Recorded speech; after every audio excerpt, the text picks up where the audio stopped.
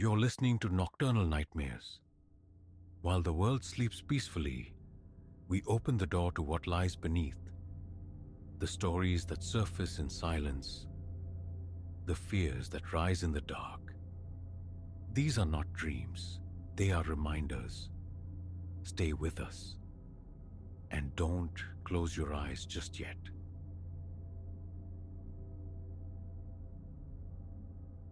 It wasn't the churning sea or the bruised sky that first unsettled me, but a hard geometry pressing against the fabric of a stranger's jacket, glimpsed just beneath his arm.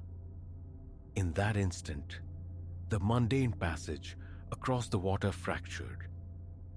This ferry crossing would be unlike any other. What remained veiled was the night's brutal trajectory, a descent into chaos where my own survival would become inextricably bound to every soul aboard this vessel. I possess an enduring affection for the slow transit of ferries.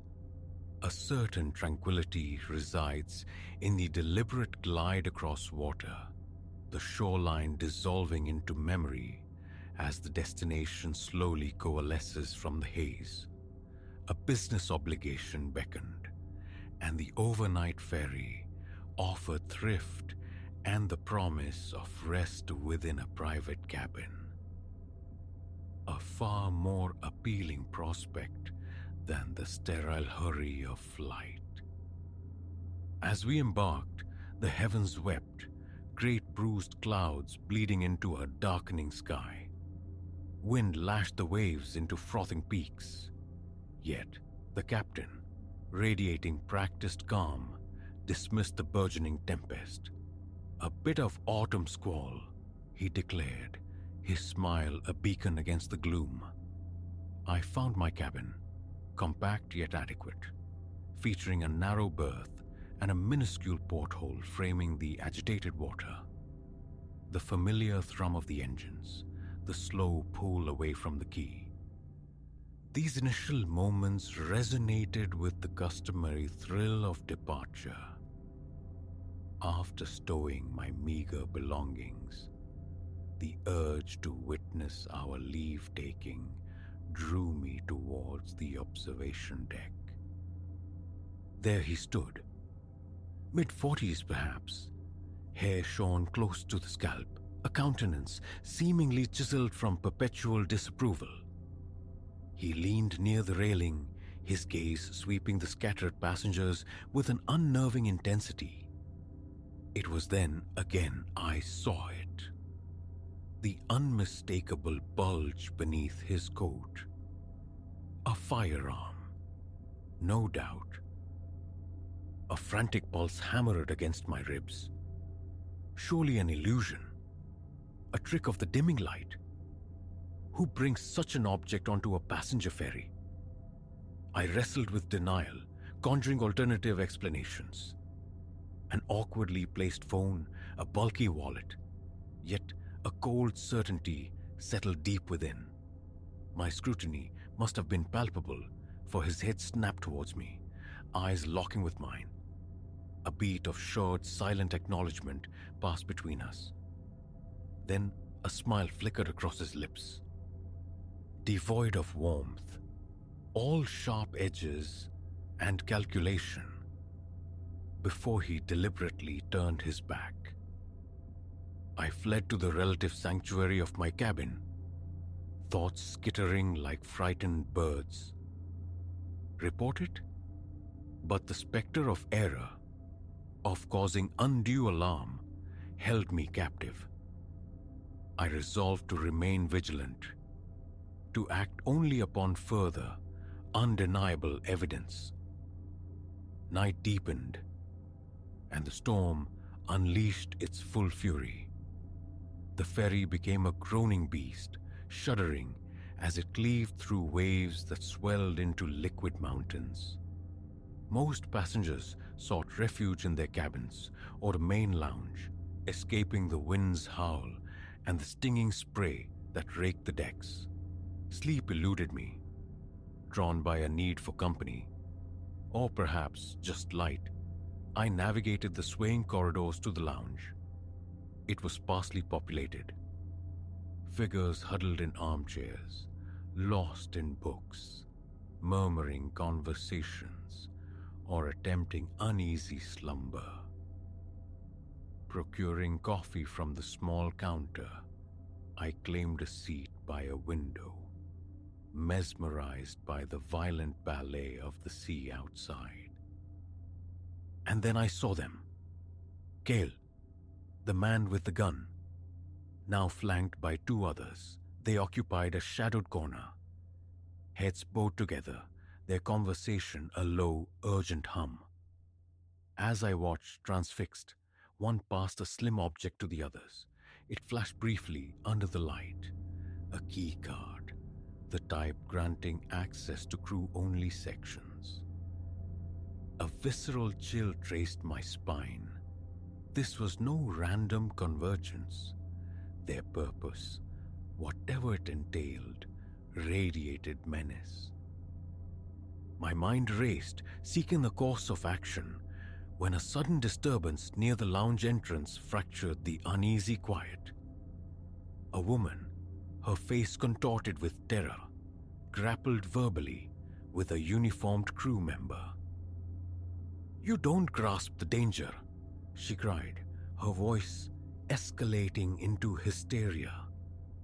"He intends to kill us all." The crewman attempted soothing platitudes, but she was adrift on a sea of panic. "There's a bomb," she shrieked, the words tearing through the room. "We are all marked for death." Instantaneously, the lounge dissolved into pandemonium. Fear ignited, spreading like wildfire. Bodies surged towards the exits in a panic tide. Amidst this eruption of chaos, Cale and his companions seized their moment. They melted through a side door, one I instinctively knew led to restricted corridors, vanishing into the ship's hidden arteries. A stark choice presented itself in that sliver of time. Join the frantic exodus, attempt to flag down a crew member, to articulate the fragmented dread coalescing within me. A chilling premonition whispered that delay was fatal. Drawing a ragged breath, I slipped through the same forbidden doorway they had used. The passage beyond was narrow, steeped in shadows and the low hum of machinery. Footsteps echoed faintly ahead. I moved with ghost-like quiet, heart thundering a deafening rhythm against my ribs, certain its frantic beat would betray me. I shadowed them through a labyrinth of service corridors, descending deeper into the vessel's metallic viscera. They halted before a heavy door, stenciled engine room. A swipe of the acquired keycard, a click, and they were swallowed by the space beyond. I crept forward, pressing my ear against the cold steel. Their voices, muffled by the barrier and the ambient thrum, reached me in fragments, yet pieced together a horrifying narrative. Timer engaged? Affirmative. 30 minutes. Excellent. That positions us equidistant from shore and the island. Optimal devastation. The world tilted. The frantic woman, Ilara, hadn't been delusional. A bomb. A deliberate, monstrous plot to send this ferry and its hundreds of occupants into the abyss. Action was imperative.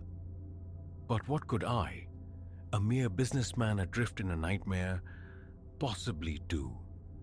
I possessed no weapon, no relevant training, only the flimsy shield of surprise, and the stark realization that inaction meant collective doom. Steeling myself with a breath that felt scraped from my lungs, I shoved the heavy door inward and stepped across the threshold. The engine room assaulted the senses, a cavernous expanse dominated by colossal, churning machinery. The noise was a physical blow, the air thick with heat and the acrid tang of oil. It took a moment to locate them amidst the mechanical titans. They clustered around an object on the far side. I advanced cautiously, using the hulking engines as cover. Closer now, I could discern their focus. A complex device bristling with wires, adorned with blinking lights. The bomb. One of them, Rorik straightened, wiping grease-stained hands on his trousers. Armed and ticking, let's vacate. The moment stretched taut. Now, my gaze darted wildly, searching for an improvised weapon. A heavy wrench, suspended from a hook on a nearby bulkhead, gleamed dully.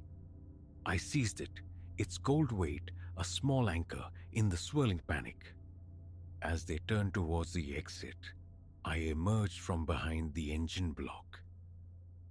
"Hold it right there." The voice was mine, yet it sounded unnaturally loud, strained with false bravado. They spun, surprise morphing swiftly into venomous anger. Gale, the man whose presence had first poisoned the journey, instinctively reached towards his waistband. I denied him the opportunity. Summoning every ounce of strength, I flung the wrench. It struck him squarely in the sternum with a sickening thud. He staggered back, breath exploding from his lungs, his handgun clattering onto the grated floor. The other two, Fen and Rorik, charged. I evaded the first clumsy lunge, but the second man connected with a brutal punch that snapped my head back, flooding my mouth with the coppery taste of blood. What followed was a desperate, ugly melee. Outnumbered, outmatched, yet fueled by a primal survival instinct. For myself, for everyone, I fought back. I landed glancing blows, utilized the cramped, cluttered space, but exhaustion began its insidious creep. Rorik snaked an arm around my neck, squeezing the air from me, while Fen delivered punishing blows to my ribs. Vision blurring, consciousness fraying, a new sound sliced through the cacophony. The strident, urgent blare of ship-wide alarms. My assailants froze, momentarily disoriented. Fen uttered a sharp curse. Someone, alerted perhaps by Elara's fragmented warning, had sounded the general alert. Their fractional hesitation was my salvation. I ripped free from the headlock, scrambling across the grimy deck towards the fallen pistol. My fingers closed around the cool metal grip just as Gale, recovering, lunged for me. We wrestled fiercely for control of the weapon. A desperate tangle of limbs on the oily floor. Dimly, through the roaring in my ears, I registered shouts from the corridor, the pounding rhythm of approaching footsteps. With a final convulsive surge of adrenaline-fueled strength, I tore the gun free. Instinct overriding thought, I squeezed the trigger. The report was deafening in the enclosed space. Gale cried out, collapsing backward, clutching a blossoming stain on his shoulder. Seeing their leader down, the weapon now turned against them. Fen and Rorik slowly raised their hands, defeat stark in their eyes. Seconds later, the engine room swarmed with crew and security personnel. They absorbed the scene with wide, disbelieving eyes. The three subdued intruders. the ominously blinking device in the corner, and me, Silas, bloody trembling, the heavy pistol still clutched in my hand. The subsequent hours dissolved into a disorienting montage. Bomb disposal experts rendered the device inert. The ferry, its journey irrevocably altered, diverted course towards the nearest port. There were sterile rooms, probing questions from police, the detached efficiency of medical personnel tending to my cuts and bruises. I learned then that Ilara, the distraught woman in the lounge, had indeed overheard fragments of the plot, and despite her panic, managed to convey enough urgency to trigger the alarm. As dawn painted the eastern sky in hues of rose and pearl, I stood on the deck watching the coastline solidify. The storm had exhausted its fury, leaving behind a scrubbed, luminous sky. Fellow passengers approached intermittently, their faces etched with gratitude, offering handshakes, quiet words of thanks, a pat on the shoulder. I felt strangely distanced, inhabiting a space still reverberating with the night's violence. A Coast Guard officer materialized at my side, extending a satellite phone. "Sir, a call for you. It's the governor. Wishes to express his gratitude personally." I nodded numbly, accepting the device. But as I lifted it towards my ear, my gaze was drawn irresistibly to the seamless join of sea and sky on the horizon. In that tranquil expanse, a profound internal shift registered.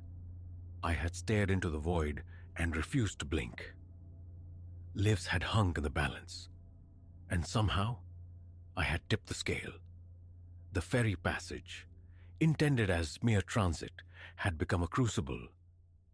It had unearthed a resilience, a capacity for decisive action I never suspected lay dormant within my ordinary existence. Bringing the phone to my ear, preparing to speak with the governor, I knew with quiet certainty that the man who had boarded this vessel yesterday was not the same man standing here now. Whatever currents life might steer my way henceforth, I would navigate them with the strength forged in the heart of unexpected peril. For sometimes, the most improbable saviors are simply ordinary individuals compelled by extraordinary circumstances to rise.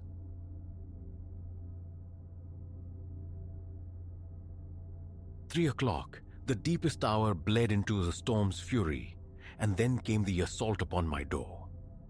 No polite inquiry this. A frantic battery, shaking the very frame, rattling the glass. Alone, adrift in my own living room, I sat marooned, a book lying forgotten in my lap, as rain lashed the windows in relentless waves. Outside, the world dissolved into a liquid curtain, shapes warped and indistinct beneath the downpour. Again, the violent summons, louder now, edged with desperation, 3 concussive blows that jolted me upright in my chair. A pulse hammered in Elias's throat. Absurdity, this hour, this deluge, no soul belonged out in such weather. Setting the book aside, he rose, the old hardwood groaning its protest beneath his weight. Toward the window he crept, drawn by a morbid curiosity. The street lamp cast a sickly, jaundiced smear through the rain, barely illuminating the sodden mess of his front lawn, where water pooled and streamed down the driveway like miniature rivers. Another frantic volley against the wood. Please, open the door. I need help. A man's voice, raw, abraded by fear. Elias eased back the heavy curtain, just a sliver. Someone stood stranded in the middle of the street. A man, it seemed initially, clad in something dark, perhaps a suit, plastered to his form by the relentless rain, hair slicked against his skull. Even across the distance, Elias could perceive the violent tremors racking his frame. Please, the cry came again, thinner now against the storm's roar. My car stalled. Just let me use your phone. Elias's hand instinctively found the comforting weight of his mobile in his pocket. Yet, instinct screamed dissonance. The timing, the sheer improbability of it all. Who drove these empty streets at 3 a.m. in a monsoon? And why linger in the exposed street, not on the porch where the blows had first fallen? He glanced at the centennial grandfather clock across the room, confirming the ungodly hour. 3:02 a.m. Its pendulum sliced time with metronomic indifference, each tick amplified in the unnerving quiet of the house. A glance back through the window. Ice sluiced through Elias's veins. The silhouette out there had shifted, still vaguely anthropomorphic but fundamentally wrong. The proportions skewed, limbs stretched obscenely long, the torso impossibly attenuated, and the face. God, the face was a void. A smooth, featureless expanse of shadow where eyes and mouth should have been. He recoiled, stumbling backward, his heart a frantic drum against his ribs. Rain-slicked glass. Exhaustion. It had to be a trick of the light. It had to be. Denial splintered as thunder erupted anew. Not from the sky, but from the back door. Elias spun, nearly tangling his own feet, eyes darting toward the kitchen, swallowed in shadow. Thump, thump, thump. The front door answered, instantly echoed by 3 more brutal blows at the rear. Impossible physics. Impossible speed. Scrambling into the kitchen, he slapped switches, flooding the space in stark, humming fluorescence. Through the small window above the sink, a flicker of motion in the sodden backyard. Something dark, furtive, ducking out of sight. His hands trembled as he retrieved his phone. Fumbling fingers betraying him on the keypad, forcing 3 attempts before the numbers aligned. Finally, connection. 911, report your emergency. There's something, it's trying to get into my house. Elias gasped, voice cracking. 3487 Oak Street, quickly! Sir, can you describe the intruder? Another barrage of impacts made him flinch. I don't know. It looked like a man, but... He swallowed, the lump in his throat, thick as clay. It's not right. It has no face. Please, just send someone. Units are en route. The dispatcher's calm voice returned. Remain on the line. Are your doors and windows secured? He did a rapid mental inventory. Yes, all locked. I always check before. The world plunged into absolute black, every light extinguished simultaneously, plunging him into a profound darkness broken only by the small, insufficient glow of his phone screen. Even the street lights outside had vanished. Sir, are you still there? The power? He whispered. It's out. The whole street is dark. The hammering ceased. Silence crashed down, heavier, more suffocating than the prior cacophony. Only the relentless drumming of rain persisted. Then a sound that crawled under the skin. Wet friction. Something viscous dragging across the living room floorboards. Someone's inside.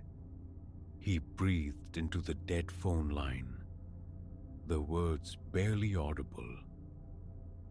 Oh God, something's in my house. He retreated, pressing himself into a corner of the kitchen, trying to shrink away. The sliding, slithering noise drew nearer. In the weak, trembling illumination cast by his phone, a shadow flowed past the kitchen doorway. Unnervingly low, unnaturally fluid, like spilled ink given malevolent life. Units are 4 minutes out. The dispatcher's voice echoed uselessly from the phone. Can you get to a secure room? The basement, Elias whispered. Have to go. Please hurry. He ended the call, fumbling to activate the phone's flashlight. The bright beam sliced the oppressive dark, and he almost wished it hadn't. Because now the floor revealed glistening trails snaking from the living room. Not clear water, but something dark, syrupy, almost black, catching the light with an oily sheen. Moving with agonizing slowness, stealth became paramount. Each step threatened betrayal on the groaning floorboards. He froze repeatedly, straining to hear over the frantic pulse in his ears. Reaching the basement door, he turned the knob with infinite care. Hinges squeaked a metallic protest as he pulled it open, revealing stairs descending into utter blackness. A peripheral flicker. He spun the light. A flash of something impossibly tall and skeletal, its pale skin glistening with moisture, melting behind the hulking form of the refrigerator. Those hideously long arms trailed limply on the floor. No thought, only flight. He plunged down the stairs, taking them in reckless bounds, nearly tumbling in his panic. Slamming the heavy door behind him, he fumbled for the deadbolt and rammed it home. His father's old folly for securing wine, now his only salvation. Chill seeped from the concrete tomb around him. Metal shelves lined the walls, stacked with dusty jars and emergency supplies, looming like skeletal sentinels in the erratic dance of his flashlight beam. The washer and dryer stood silent and inert in a corner.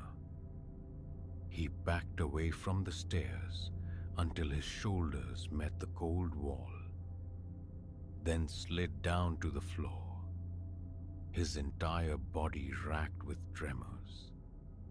Sweat streamed down his face despite the cellar's damp cold. Then, fingernails on wood, a delicate questing scrape at the door above, a soft thud, like heavy weight leaning against it. Please. A voice filtered down, warped, the mimicry flawed, toneless. I just need help. Let me in. The plea fractured, pitch sliding unnaturally, high then low, cycling through registers as if searching for a correct modulation. Let me in. Let me in. Let me in. The words bled together, accelerating into a rhythmic, hypnotic chant. Other voices joined, a dissonant choir. Some guttural, some shrill, some barely recognizable as vocalizations at all. They seemed to emanate not just from the top of the stairs, but from the very walls around him, everywhere and nowhere. Elias clamped his hands over his ears, squeezing his eyes shut against the auditory assault. This wasn't real. It couldn't be. through the cacophony, a new sound. Sirens faint at first, then swelling, piercing the night. Deliverance. The chanting ceased abruptly. A frantic scrabbling echoed from the floor above, swift and heavy, then utter stillness. He stayed frozen, eyes shut, hands pressed hard against his skull, even as car doors slammed outside, even as authoritative voices called out, even as heavy boots pounded through the house overhead. Only when a fist hammered on the basement door and a voice shouted, "Police! Anyone down there?" did he finally lower his hands. "Yes," he croaked, his voice raw. "Yes, I'm here. The door's locked." "Are you injured, sir?" "No." "Okay, just minute. Unlock it." His legs were water as he pushed himself upright, leaning against the wall for support. Reaching the stairs, fumbling with the deadbolt, he finally pulled the door open to find two officers, flashlights raised, their beams cutting through the darkness. Upstairs, more lights moved, accompanied by the crackle of radios. "Sir, can you tell us what happened?" one officer asked gently, helping him ascend the stairs. He tried to form words, but how could he articulate the faceless horror, the impossible speed the viscous trails? They'd deem him mad or drunk. Then he saw them, the dark, glistening smears leading from the living room, exactly as before. Under the harsh glare of a police flashlight, they gleamed with an oily, purplish sheen. "What the hell is that?" he heard one officer murmur to the other. "No clue. Forensics is on the way." They guided him outside. The rain had subsided to a mere drizzle, dripping from eaves and leaves. The street was a kaleidoscope of flashing red and blue. Neighbors stood in huddled groups on their porches, drawn by the commotion. An officer draped a coarse blanket over his shoulders and settled him in the back of an ambulance while a paramedic checked his vitals. His gaze drifted back to his violated home. Every window was a dark, vacant eye, except one, his bedroom window, second floor. And for a heart-stopping instant, he thought he saw movement behind the glass. Something tall, gaunt, with arms that brushed the floorboards. He blinked. It was gone. The official report spoke of anomalies. No sign of forced entry, despite the splintered wood around the locks. The strange trails on the floor, analyzed as water contaminated with an unidentifiable industrial oil. The power outage conveniently isolated to his house alone. A single blown fuse in the breaker box, they concluded. Explanations that explained nothing. Elias sold the house within weeks, fleeing a presence that lingered in the empty rooms and watchful shadows. He heard the new owners gutted the place, an exorcism of architecture, renovating it completely. Sometimes he drives past, always in daylight, observing the brighter, sanitized facade, but never after dark. And whenever rain begins to fall, no matter the hour, a primal urge sends him scurrying home, securing every latch, checking every bolt twice. Because he knows what hunts in the downpour. He knows what waits, wearing ill-fitting shapes and speaking with stolen voices.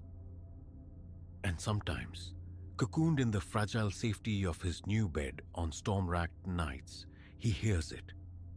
Not at the door this time. Inside the walls, a soft, insistent tapping, like fingernails on plaster, and a voice distorted and strange, whispering its eternal plea to be let in.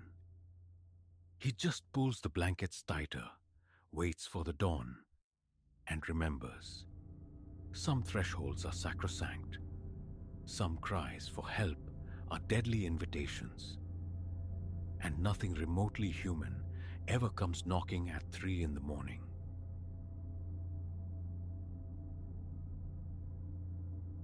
These woods were my solace, a cathedral of silence and chlorophyll where the clamor of the world dissolved.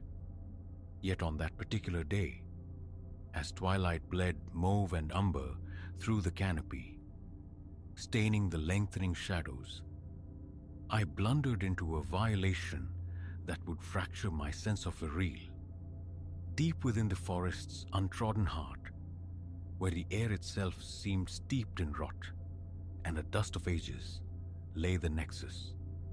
One careless caress, and I roused an ancient virulence, long quiescent, awaiting just such an unwitting touch as mine. Dawn had found me setting out, my pack weighted with the necessities, nuts and dried fruit, water, a cherished dog-eared guide to the region's botanical life. Autumn's breath, sharp and invigorating, kissed my face while the forest floor whispered its brittle song beneath my boots. Familiar trails these were, etched into memory by countless hikes. Today, however, a deeper pull urged me onward, toward the blank spaces on my mental map, the zones whispered about only in local lore. Hours dissolved. The well-trod earth softened, then vanished, surrendering to tangled thickets and pathways obscured by seasons of shed leaves and ambitious undergrowth. Here, the trees wore their antiquity like cloaks, gnarled limbs aspiring skyward, skeletal fingers clawing at the fading light. A profound quiet descended, thick and expectant, punctuated only by furtive rustlings from unseen denizens of the leaf litter. A primal tremor resonated within me, a silent klaxon warning retreat. Turn back, it urged, flee to the known. But curiosity, that insidious human engine, propelled me deeper still. Late afternoon light, slanted and golden, caught it first, an anomaly, a glint of something inorganic amidst the tapestry of loam and moss. Compelled, I shouldered through a thorny embrace of brambles, their barbs snagging fabric and flesh alike. And there it stood. In a small hushed clearing, bathed in the day's dying luminescence, was the shrine. It defied easy description. A primal plinth of rough-hewn rock encircled by sentinel figures, effigies worn smooth by forgotten aeons. Alien geometries, symbols unlike any script I knew, were etched into every surface, their contours softened by wind and rain and time. Hesitantly, I advanced, the rhythm of my heart a frantic drum against my ribs. The atmosphere around the shrine felt altered, charged with an invisible weight, raising the fine hairs along my nape. Closer now, I discerned offerings strewn at the altar's base. Desiccated blooms, iridescent feathers, and, unsettlingly, miniature arrangements of bone. What in God's name? The words escaped me in a breath as I knelt, drawn to scrutinize the stonework. In the waning light, the carved sigils seemed to shimmer, to writhe with a subtle internal motion. I blinked, dismissing it as ocular trickery. Yet the illusion persisted, hypnotic, alluring, overriding the rising tide of dread in my gut. Thoughtlessly, reflexively, I extended a hand. My fingertip traced the labyrinthine curve of a single symbol. The instant contact was made, a frigid current ripped through my marrow, an electrocution of the soul. Every nerve shrieked with a strangled cry, I snatched my hand away, stumbling backward from the altar. Silence descended anew, absolute save for the ragged tearing of my own breath. Then, with insidious slowness, the very fabric of the clearing began to unravel. It commenced as pressure, an encompassing heaviness bearing down. The temperature plummeted. My exhalations bloomed white in the suddenly glacial air. Gone was the gentle gold of sunset, usurped by an eerie, sourceless gloaming that seemed to seep from the shrine itself. And then I perceived an awareness, ancient beyond reckoning, vast and utterly inimical, a consciousness from which my own mind instinctively recoiled.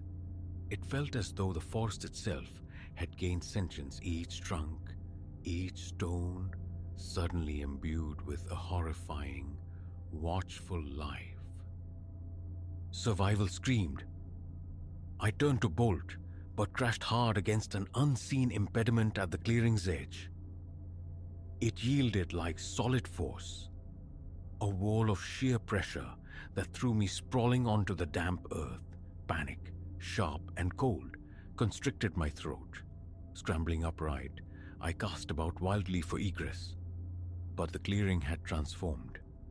The encircling trees now loomed, impossibly tall, their branches knitting together overhead into a living lattice cage.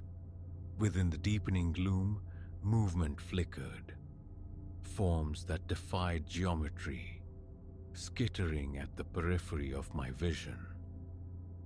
A low, guttural rumble vibrated through the air, seemingly originating from everywhere and nowhere simultaneously.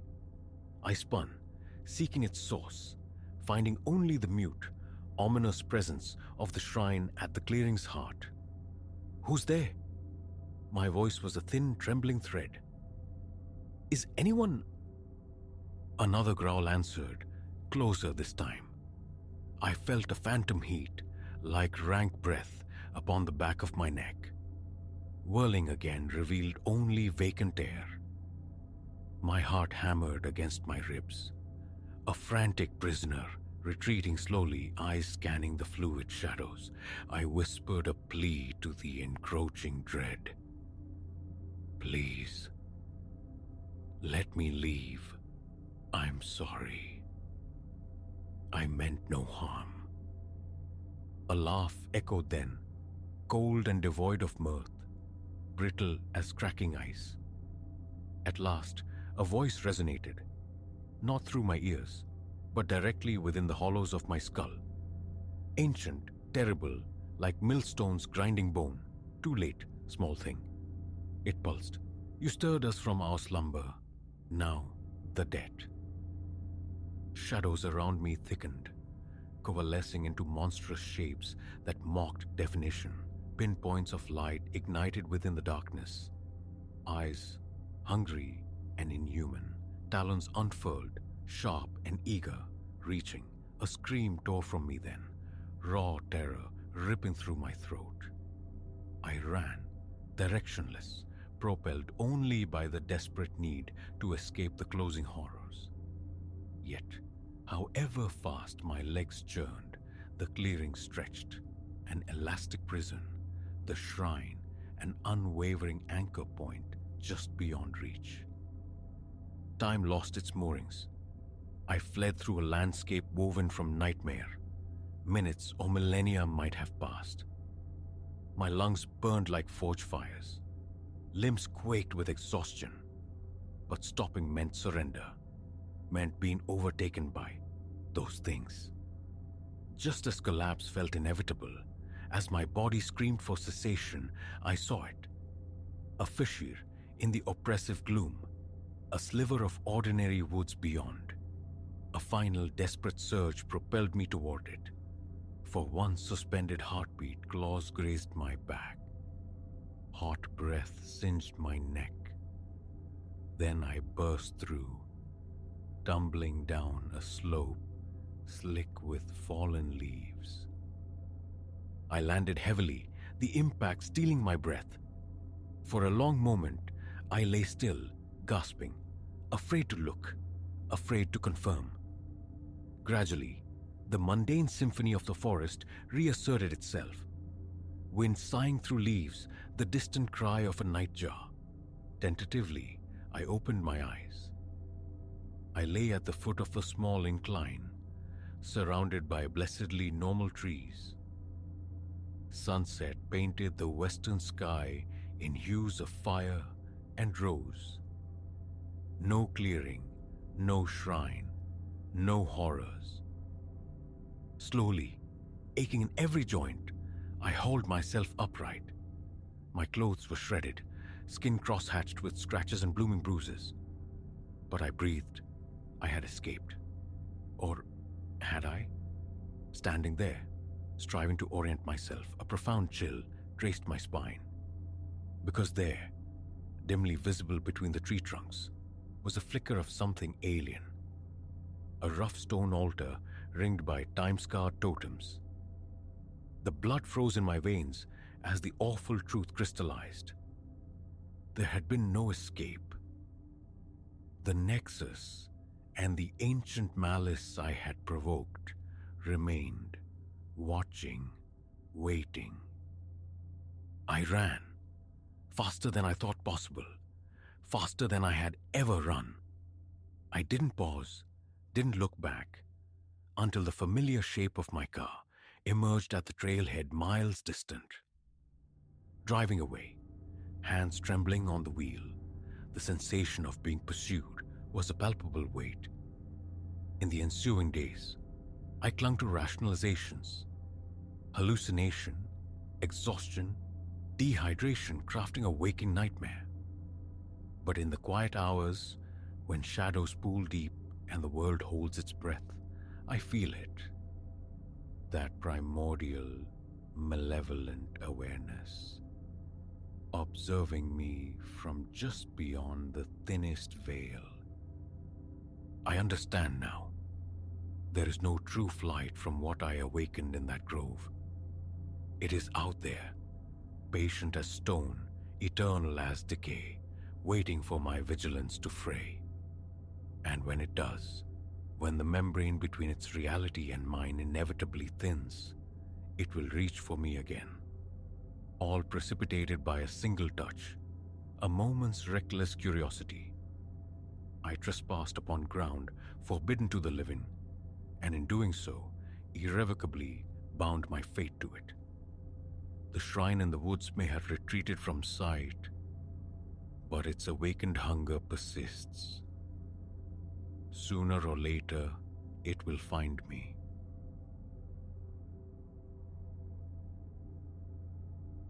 Heaven cracked open, spilling violence. What had been mere night became a canvas smeared with electric white, instantly swallowed again by an ink-dark deluge. That ferocious beauty, I couldn't fathom then, was the overture to a terror that would echo down the corridors of my sleep for years. Weariness clung to me like the humid air. I was piloting us home from my mother's, muscles aching from a day, wrestling with furniture, ghosts packed in cardboard alongside chipped china. Behind me, my daughter, Willow, navigated her own dreamscape. Small hand curled possessively around Barnaby, her velveteen rabbit familiar. A 2-hour journey, typically. But the sky's tantrum promised a longer, grimmer passage. Rain descended not in drops, but solid curtains, rendering the Viper's frantic sweeps almost futile. Visibility shrank to mere yards. The road, a serpentine ribbon slicing through dense, ancient woods, slicked into a black mirror reflecting only lightning's jagged glare. Each flash animated the trees into grasping specters, their shadows clawing at our small metal shell. My knuckles shone white, fused to the steering wheel. Home felt a lifetime away, an hour by the clock. Yet the storm raged without relent. Pulling over? The thought surfaced, only to be drowned by the image of us marooned, vulnerable on this desolate artery. It happened between heartbeats. Thunder detonated overhead, a physical blow that startled a flinch from me. In that infinitesimal lapse, the tires lost their argument with the road. A sickening pirouette began. The world outside became a vertiginous blur of green and black. Time stretched elastic, the trees rushing not away but towards us. Willow's startled cry, a fragile sound torn from sleep. The stomach-lurching drop as gravity claimed us. Then impact, a brutal, definitive stop that rattled bone. Silence, save for the rain's percussive drumming on the roof and the ragged counterpoint of my own breath. Then Willow's whimper threaded through the ringing in my ears. "Mama? What?"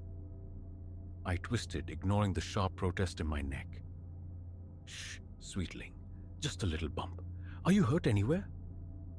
Her small head shook, eyes vast pools of fear in the gloom.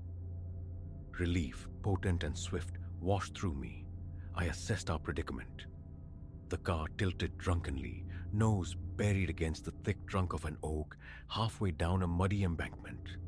The ignition coughed, sputtered, then fell silent. Dead. My hope plummeted, stranded, lost in the tempest's heart. My phone, retrieved with trembling fingers, offered only a mocking, empty screen. No bars, no lifeline.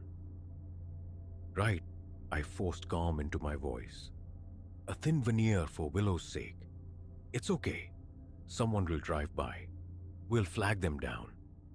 But the minutes bled into an hour, then stretched towards 2, and the road above remained empty. The rain hammered on. Cold began to seep into the cabin, insidious. Willow had scrambled over the seat, burrowing against me. I wrapped my arms around her, a futile attempt to share a warmth I barely possessed. Just as despair began to crystallize, twin suns pierced the deluge. Headlights. A lumbering truck slowed, its engine a low growl against the storm's roar, pulling onto the shoulder above us. A figure detached itself, hunched against the vertical rain. As it descended the slope, I cracked the window. "You folks need assistance?" A deep voice bellowed over the wind. Lightning flared, etching a man's face beneath a sodden baseball cap. "We crashed," I called back, voice thin, vibrating with cold and residual shock. "The car's dead. Could we possibly use your phone?" He shook his head, water streaming from the cap's brim. "No signal out this far, ma'am. Nearest town's 20 miles on. Happy to give you a lift." Hesitation prickled. Every nerve screamed caution. A stranger. This isolation, the storm. But the alternative? Huddling here until dawn? Freezing? "Thank you," I managed, aiming for a confidence I didn't feel. "That's very kind." He grunted an affirmation.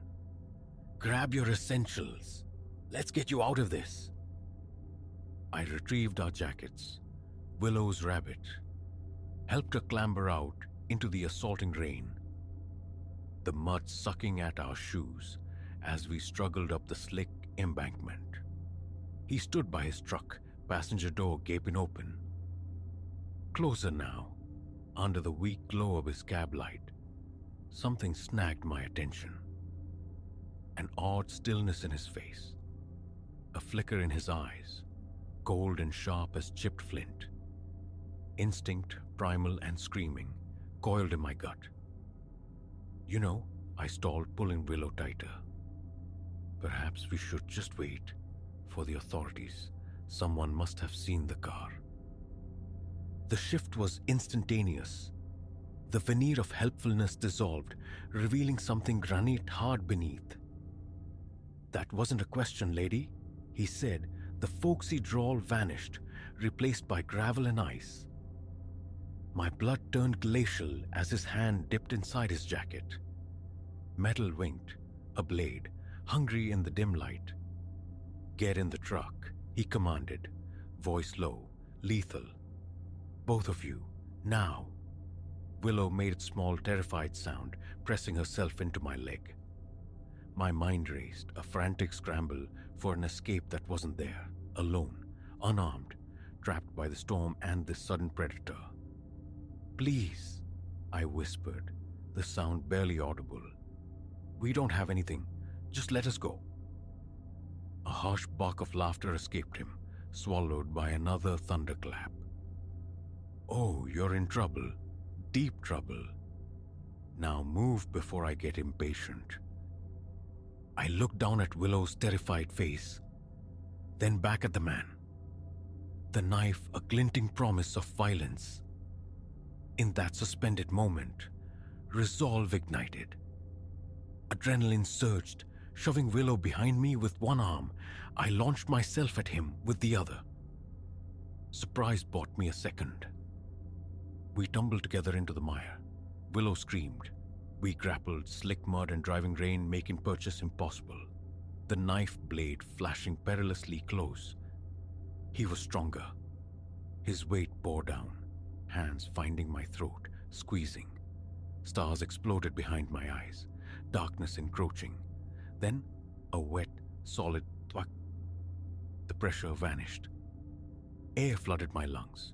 Rolling, gasping, I saw Willow, fierce and small, wielding a fallen limb like a warrior's club. She'd struck him from behind. Run! The word tore from my raw throat. I grabbed her hand, hauling her upright. We plunged into the black embrace of the woods. Branches tore at us. Unseen roots threatened to trip us. Behind, curses ripped through the storm. The heavy thud of pursuit lending wings to our terror. Lungs burning, Willow sobbing with each ragged breath, we ran blindly until I spotted it. A dark hollow beneath the roots of an immense fallen tree. Scant shelter, but the only refuge offered. I pulled her inside, pressing my hand gently over her mouth to stifle the panicked sounds. We huddled, shivering violently, as footsteps crashed through the undergrowth, drawing nearer. Can't hide, his voice snarled, terrifyingly close. I'll find you, and when I do, his promise dissolved into a different sound. Sirens, wailing, growing louder, slicing through the night. Someone had seen the car. He swore, a vicious sound, and his footsteps retreated, fast. Still, we remained frozen, fear paralysis, convinced it was a ruse. Only when beams from powerful flashlights cut swathes through the trees, accompanied by official voices calling out, did hope dare to flicker. Here, I croaked, voice shredded. Over here. Help. The ensuing hours became a surreal montage. Uniformed figures, blankets, paramedics checking vitals, gentle questions amidst the flashing emergency lights. They found his truck abandoned up the road. Him, vanished into the storm-lashed woods. The knife lay where it had fallen, gleaming dully in the mud, a tangible piece of our nightmare. Curled together in the back of an ambulance, wrapped in scratchy wool, the tremors finally took hold of me, shaking me to the core as the reality of our near-fatal encounter settled. You saved us, I whispered against Willow's damp hair. So brave, my little warrior. She looked up, her eyes still wide, but the raw terror replaced by something steadier. We saved each other, Mama, she murmured. And in that, she was right. A fierce, protective love surged through me, momentarily eclipsing the fear. We had stared into the abyss and clawed our way back, not by luck alone, but by fighting together. The path forward would be shadowed, I knew. Nightmares would stalk our sleep. Therapists would probe the wounds. Trust would be rebuilt painstakingly, but we were breathing. We were together. Whatever lay ahead, we would meet it as we met the storm and the man, side by side, drawing strength from the fierce, fragile bond between us. As the ambulance pulled away, dawn bled watercolor hues into the bruised eastern sky. The storm was passing. A new day was breaking, and we had lived to witness it. The memory would remain a permanent scar, testament to the darkness that waits. But it would also stand as proof of our resilience, our love, a light no tempest could truly extinguish.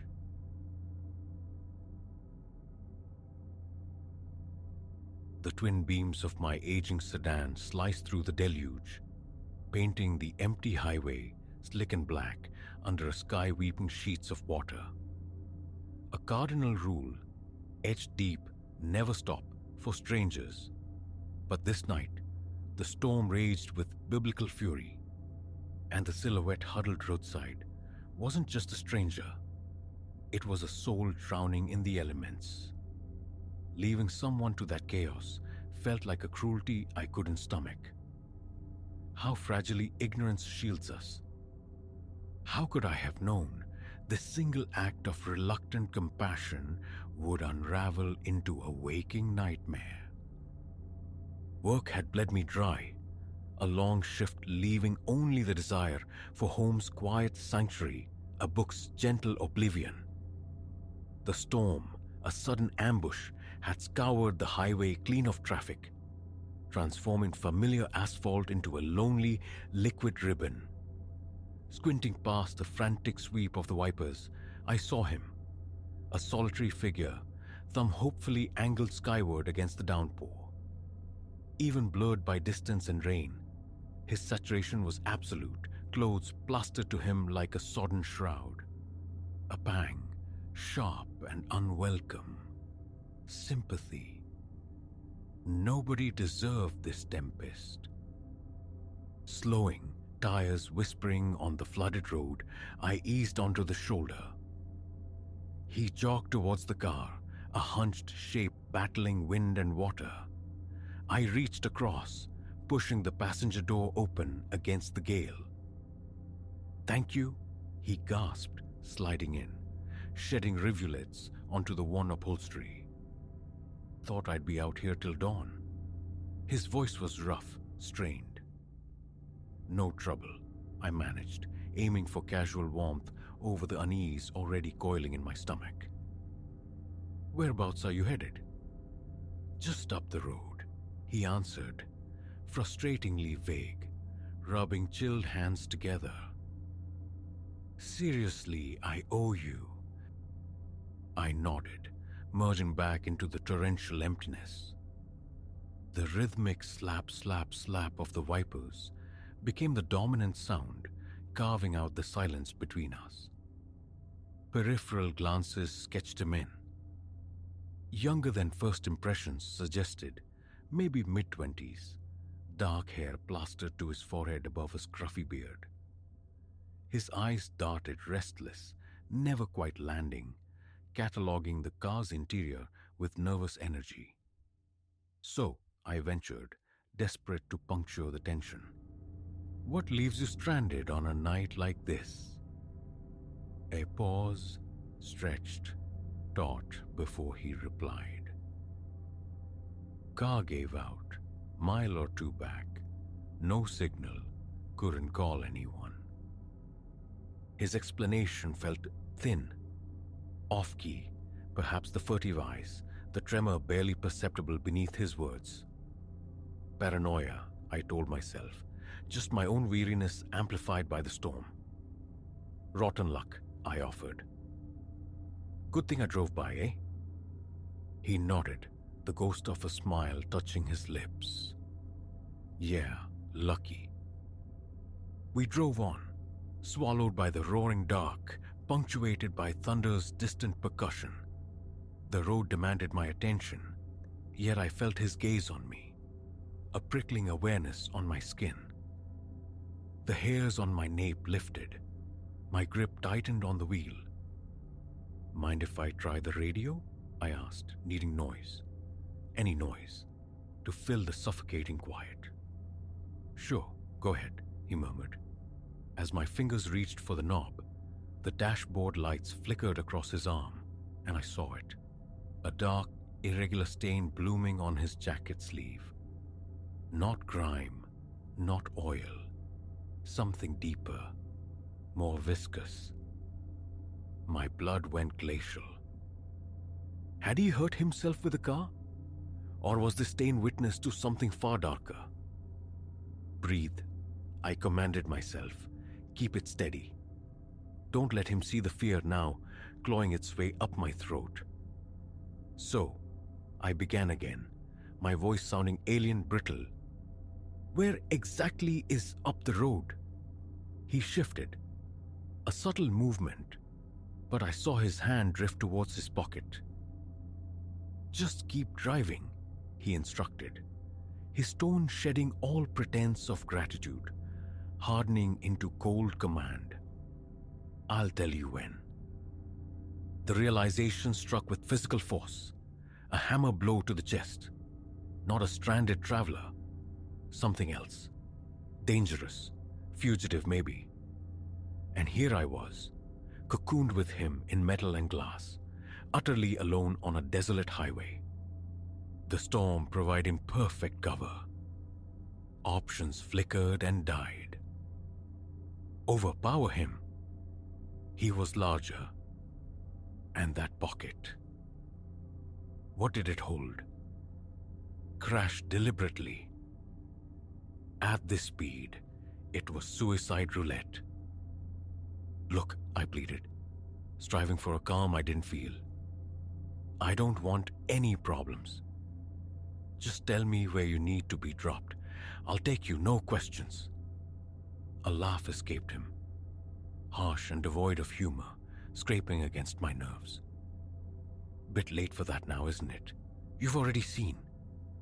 He drew his hand from his pocket. I swallowed against a suddenly parched throat. Seen what? I haven't seen anything, I lied, voice thin. I don't know who you are. Let me pull over right here.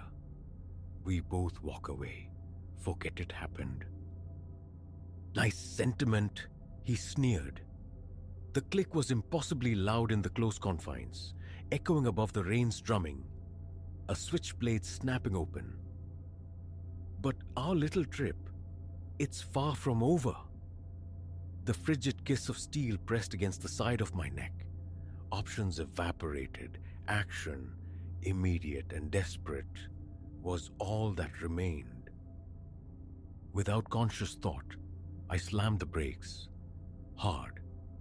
We surged forward against the seat belts, the blade scoring my skin, a sharp, hot sting. Ignoring the pain, I jammed the gear shift into park and clawed for the door handle.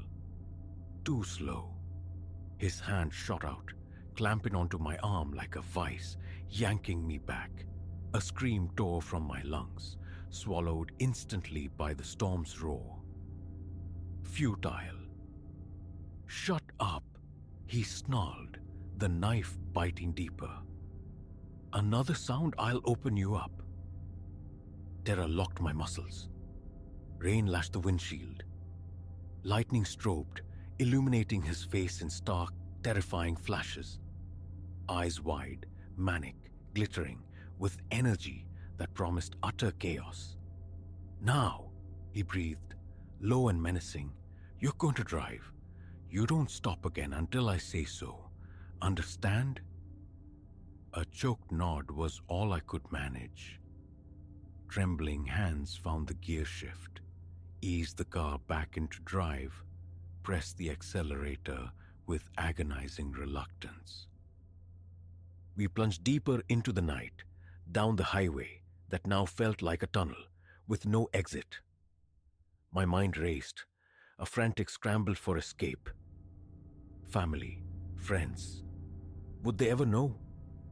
Would my disappearance become another unsolved mystery? The knife remained, a cold promise against my skin, as he directed me off the main road onto narrower, increasingly isolated lanes.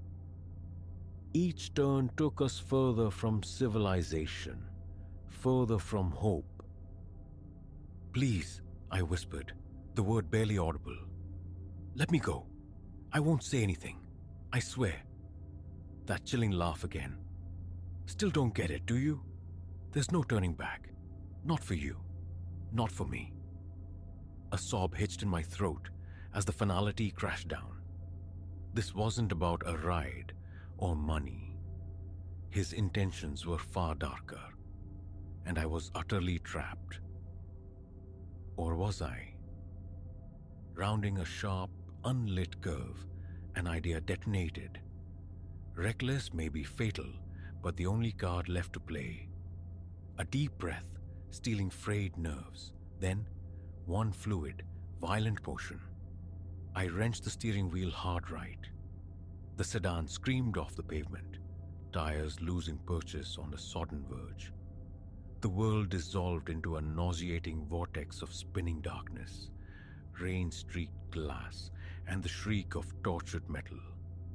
We rolled. Once, twice, a third time, before shuddering to a halt upside down, the car groaning around us. Pain flared everywhere. The coppery taste of blood filled my mouth. Vision swam, but alive, and the knife's pressure was gone. Fingers, numb and clumsy, fumbled with the seatbelt release. A groan from beside me. "Silas." Time was short. The buckle finally clicked open. I dropped onto the car's ceiling.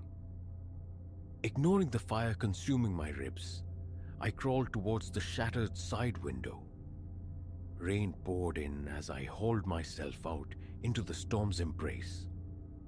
Inside the wreck, I heard him stirring, cursing, fighting his own restraints. No hesitation, I ran. Legs like lead, each breath a stab of agony, but I ran. Into the rain, the mud, the grasped darkness of the adjacent woods. Branches whipped my face. Behind me, the unmistakable sound of shattering glass. He was out. "I'm going to find you!" His shout pursued me, ragged but terrifyingly clear over the tempest. "You can't hide." Harder, faster, pushing my broken body past its limits. Directionless, propelled only by primal fear. Anywhere but back there. The woods pressed close, ancient trees looming like silent, disapproving judges. Every shadow pulsed with menace, every rustle a potential harbinger. Time dissolved in the frantic rhythm of flight. Then through the trees, a faint, improbable glow. Lights. A gas station. Its fluorescent glare, a fragile beacon in the overwhelmed dark. Running on fumes, I stumbled from the tree line across the slick pavement, collapsing against the glass door. The attendant inside looked up, startled, his eyes widening at my drenched, mud-caked, bleeding state. "Please," I gasped, air tearing at my lungs. "Call the police. He's chasing me." As his hand reached for the phone, my legs gave out. I slid to the floor, exhaustion finally claiming its due. Safe, I'd made it. In the distance, growing louder, the wail of sirens sliced through the storm. And for the first time since seeing that rain-soaked figure beckoning from the roadside, I let myself truly breathe. The longest night was over. Survival was a raw, aching reality. But the ghost of Silas The memory of that terrifying journey through the storm that I knew would ride with me forever.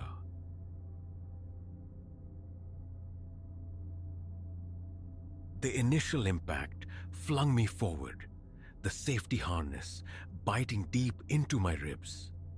A second collision, brutal and deliberate, sent the car slewing sideways. A chaotic dance towards the unforgiving guardrail as my hands fought the wheel. One crystalline thought pierced the panic. This was no accident. This was a hunt.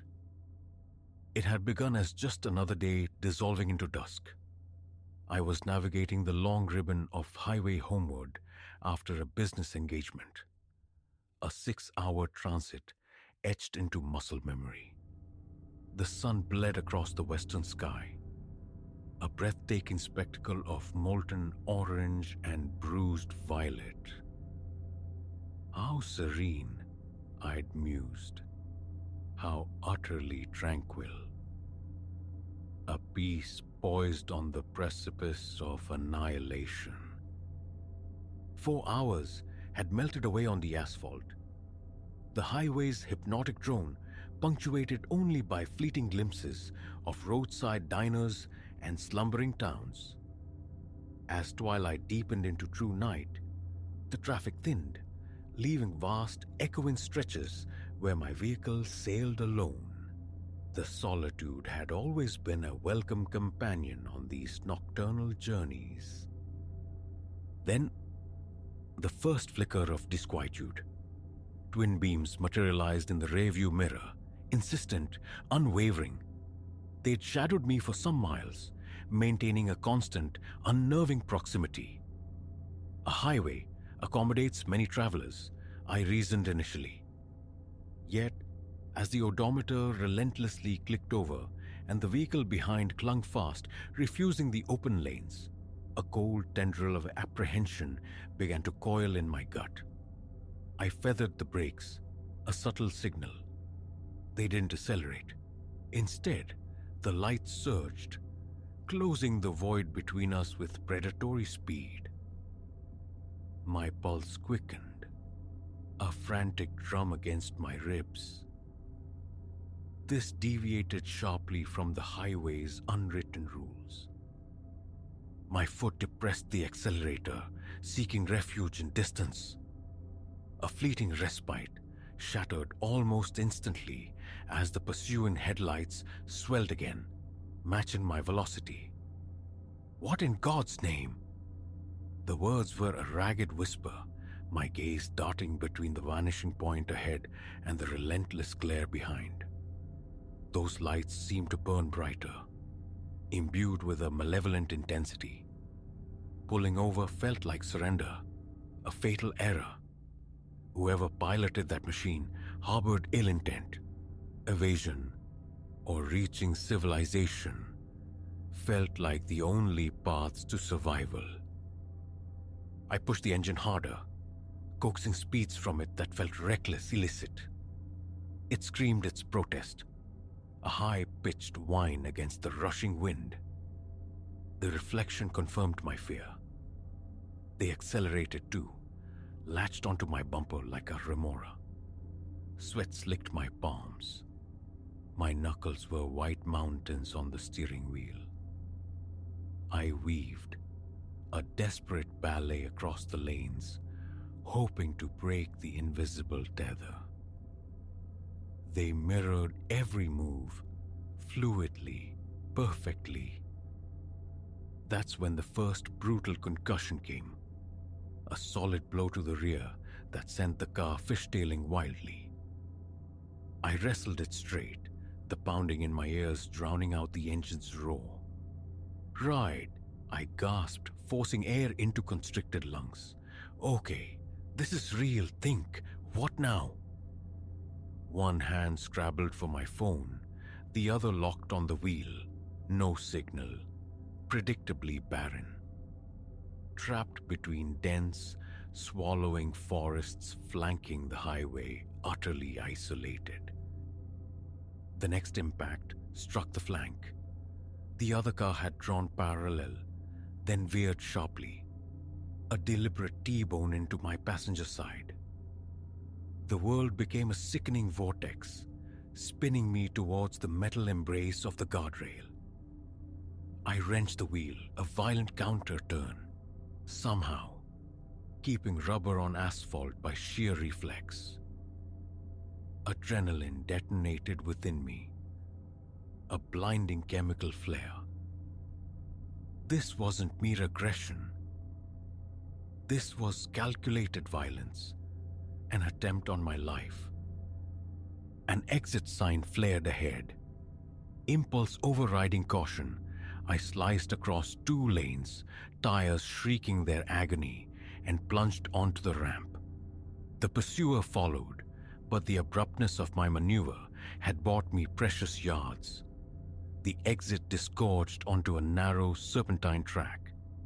Under any other circumstance, this speed on such a road would be madness. These circumstances were far beyond the pale. I flogged the car, throwing it into curves so sharp the tires momentarily kissed air. In the mirror, I saw the pursuing headlights struggle, falling back on the tight bends.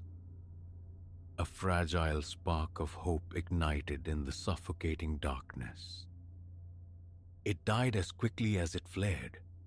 Rounding a particularly vicious curve, my headlights painted a tableau that turned my blood to ice water. The way forward was completely obstructed by a massive fallen tree.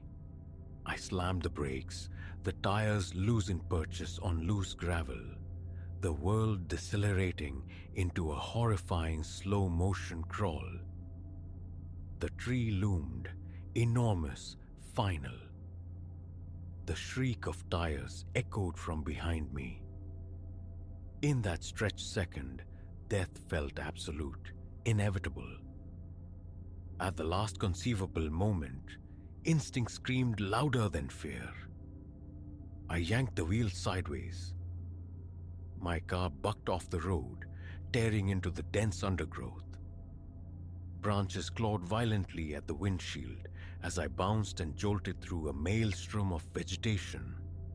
Then, with merciful abruptness, silence and stillness, I sat, hands welded to the wheel, breath tearing through my throat in ragged, painful gasps. Alive.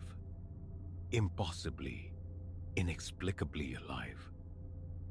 The snarl of a revving engine shattered the reprieve. They were still there, still hunting.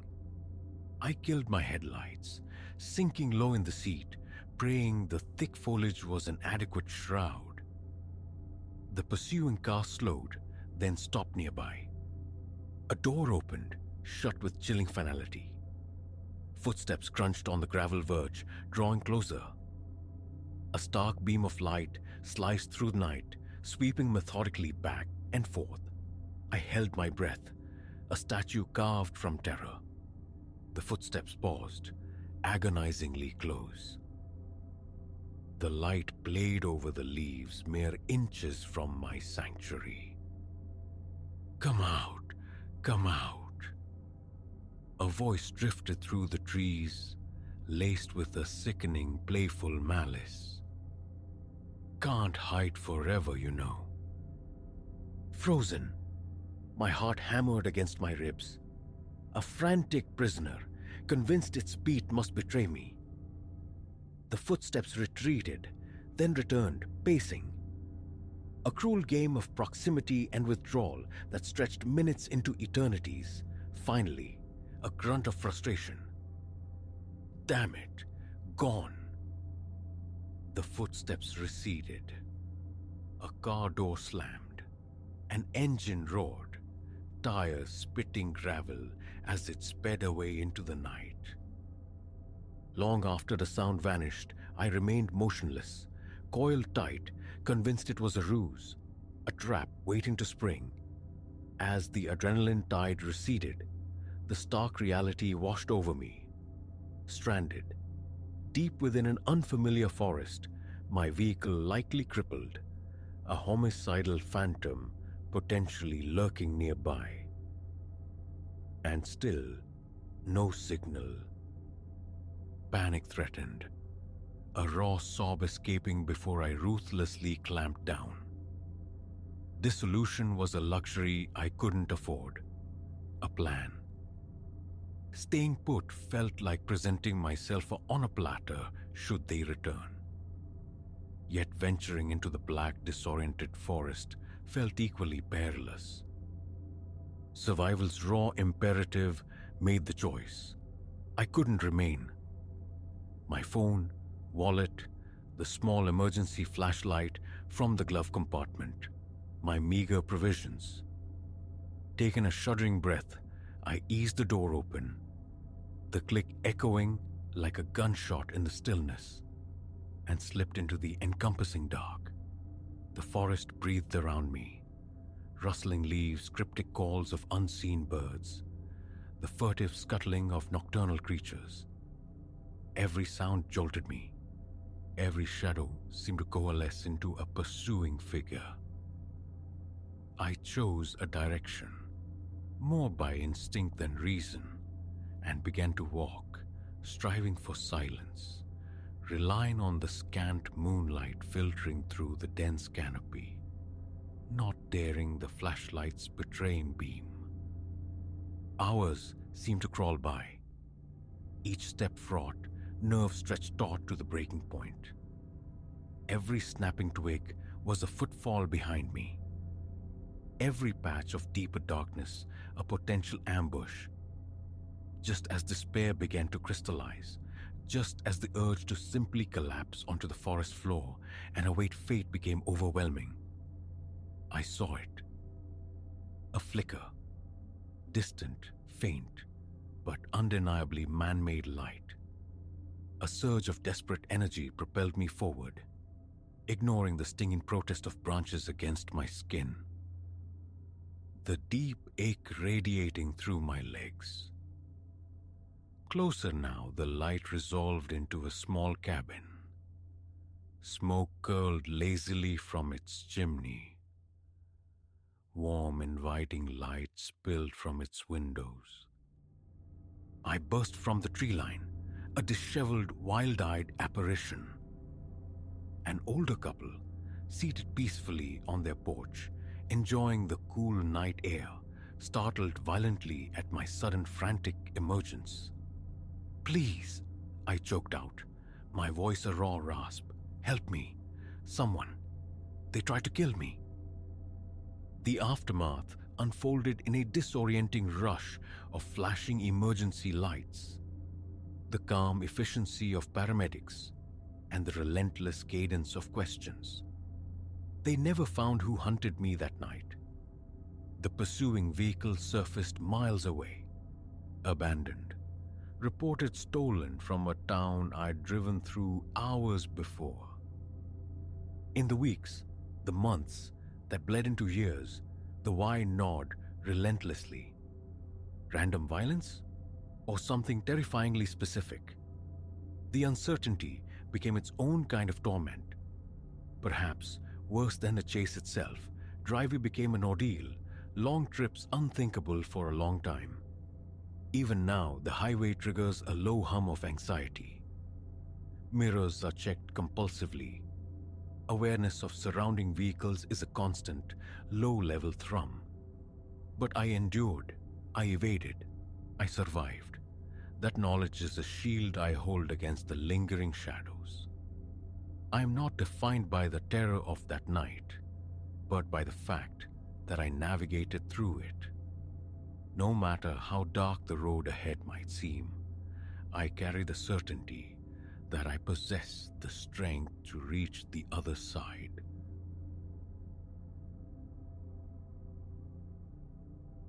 The initial report wasn't thunder, though it cracked the forest's calm with the same brutal finality, sending avian constellations wheeling into the bruised sky. A second detonation, sharper, closer, spat wood splinters against my cheek. In that instant, the chilling truth crystallized. This wasn't merely the callous work of illicit hunters.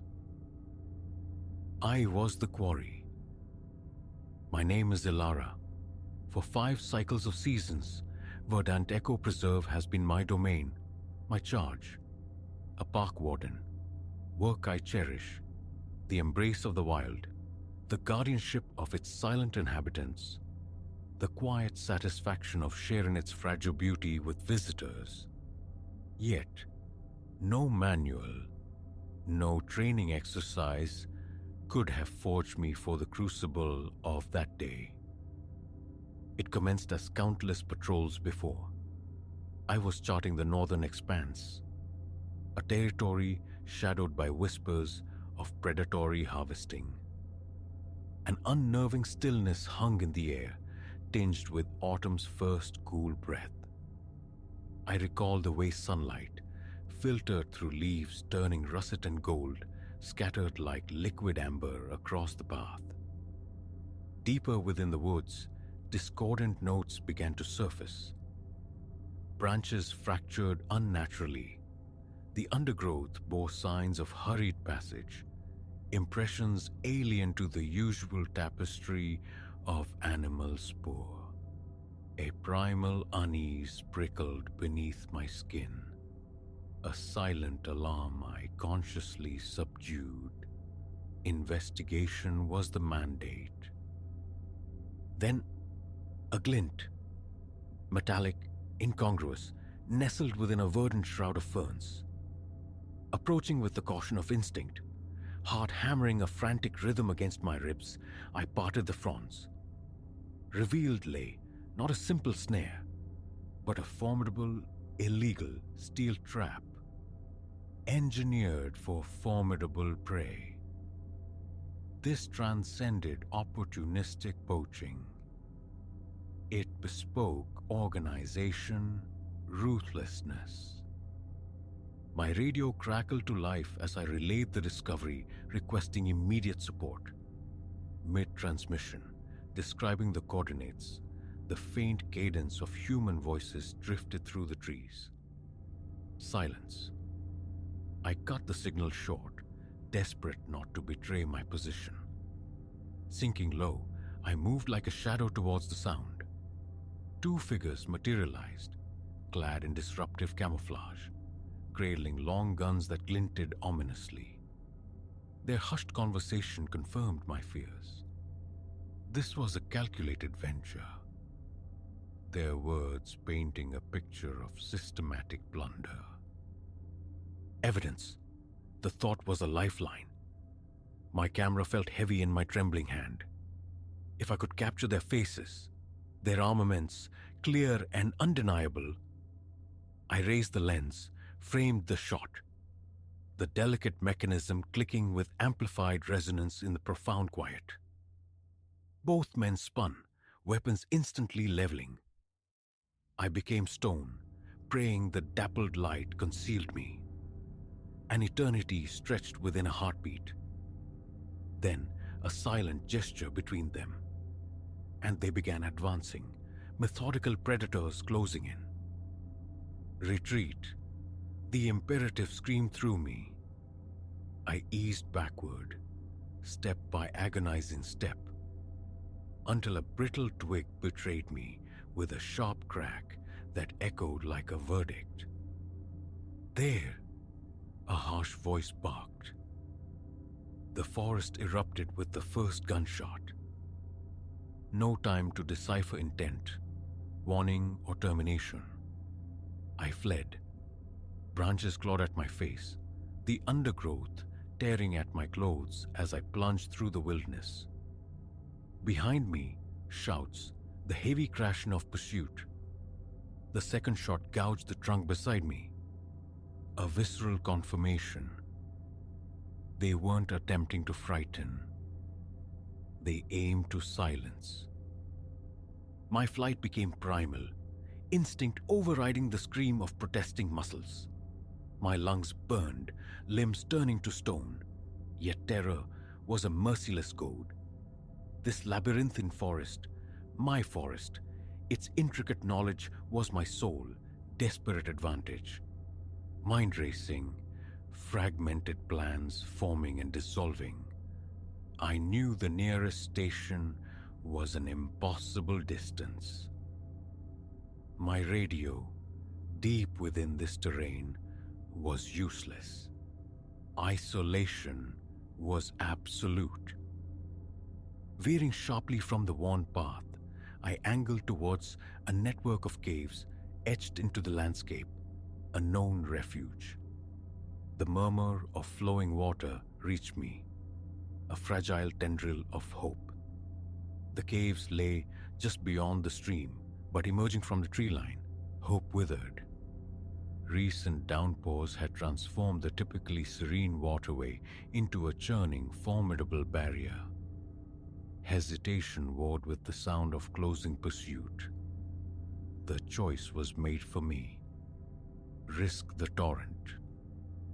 Ice-cold shock seized me as I plunged in, the current far stronger than anticipated.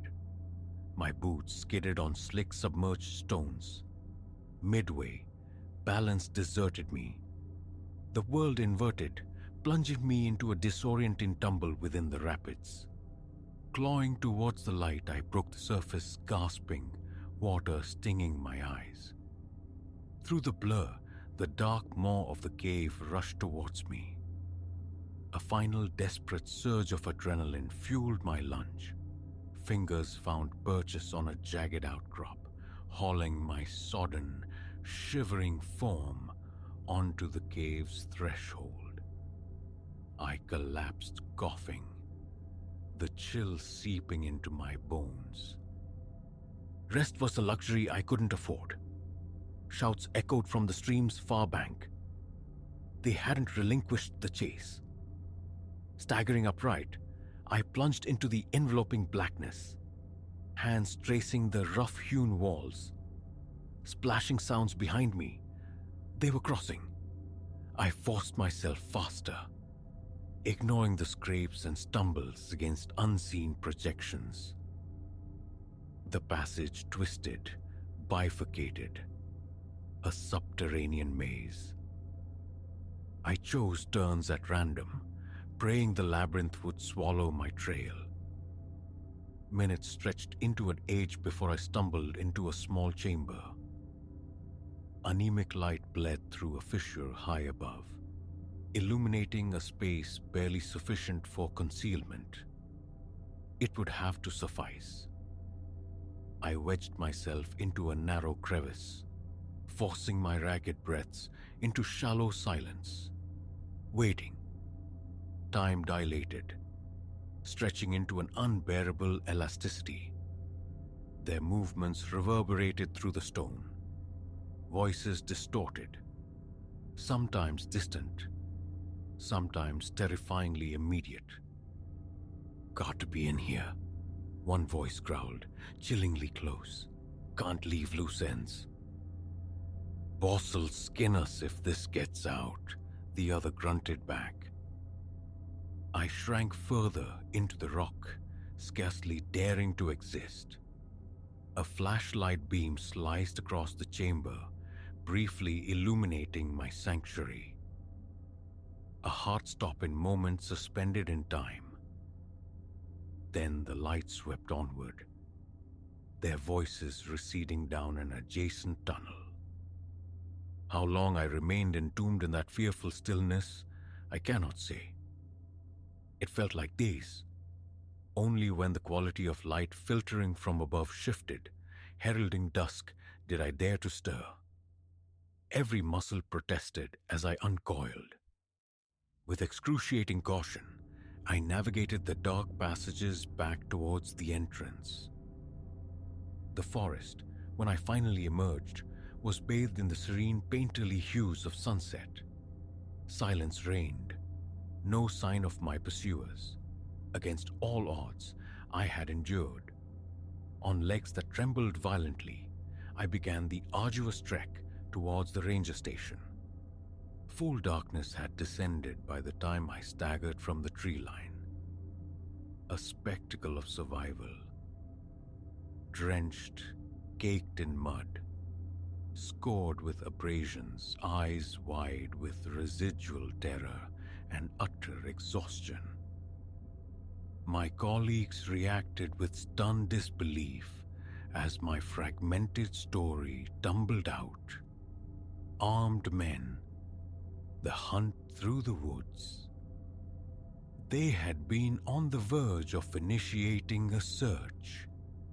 Alarmed by my prolonged silence and failure to return. The ensuing days blurred into a montage of official reports, departmental investigations, and my own harrowing debriefings. Evidence of the sophisticated poaching operation surfaced. Concealed weapon caches, more brutal traps, a clandestine processing site hidden deep within the preserve's folds. But the men themselves vanished, ethereal as smoke. In the weeks that followed, as inquiries deepened and park security intensified, I wrestled with the psychic wounds. The forest, once my solace, now felt fraught with menace. Every shifting shadow seemed poised to coalesce into a threat. Each unexpected noise jolted my heart into frantic cadence. Yet gradually, as the nightmares receded, fear began to transmute into resolve. These men had desecrated my sanctuary, imperiled the creatures under my protection, and sought my life to conceal their transgressions. I refused them the victory of my fear. I returned to my duties, vigilance honed to a razor's edge. I shared my ordeal, training fellow rangers to recognize the subtle signatures of such incursions. New safety measures were enacted, communication networks fortified. There are moments still on patrol when my gaze lingers too long on the tree line, half expecting camouflage to detach itself from the foliage. The snap of a distant twig can still trigger a cascade of adrenaline. But then, the sight of deer grazing undisturbed in a sunlit meadow, or the playful antics of otters in the stream, reaffirms my purpose. This forest remains my home, my responsibility. Whatever dangers conceal themselves within its depths, I will continue to stand sentinel. That is the essence of being a warden, a guardian between the wilderness and those who would exploit it, regardless of the personal cost. So, should you wander through verdant Echo Preserve and notice a ranger whose eyes scan the canopy with uncommon intensity, it might well be me. I'm no longer just looking for lost hikers or minor infractions. I search for shadows that defy the wind, for the telltale gleam of metal where none should be. Because I learned that day, the most dangerous predators sometimes walk upright, and I will not permit them to hunt in my woods again.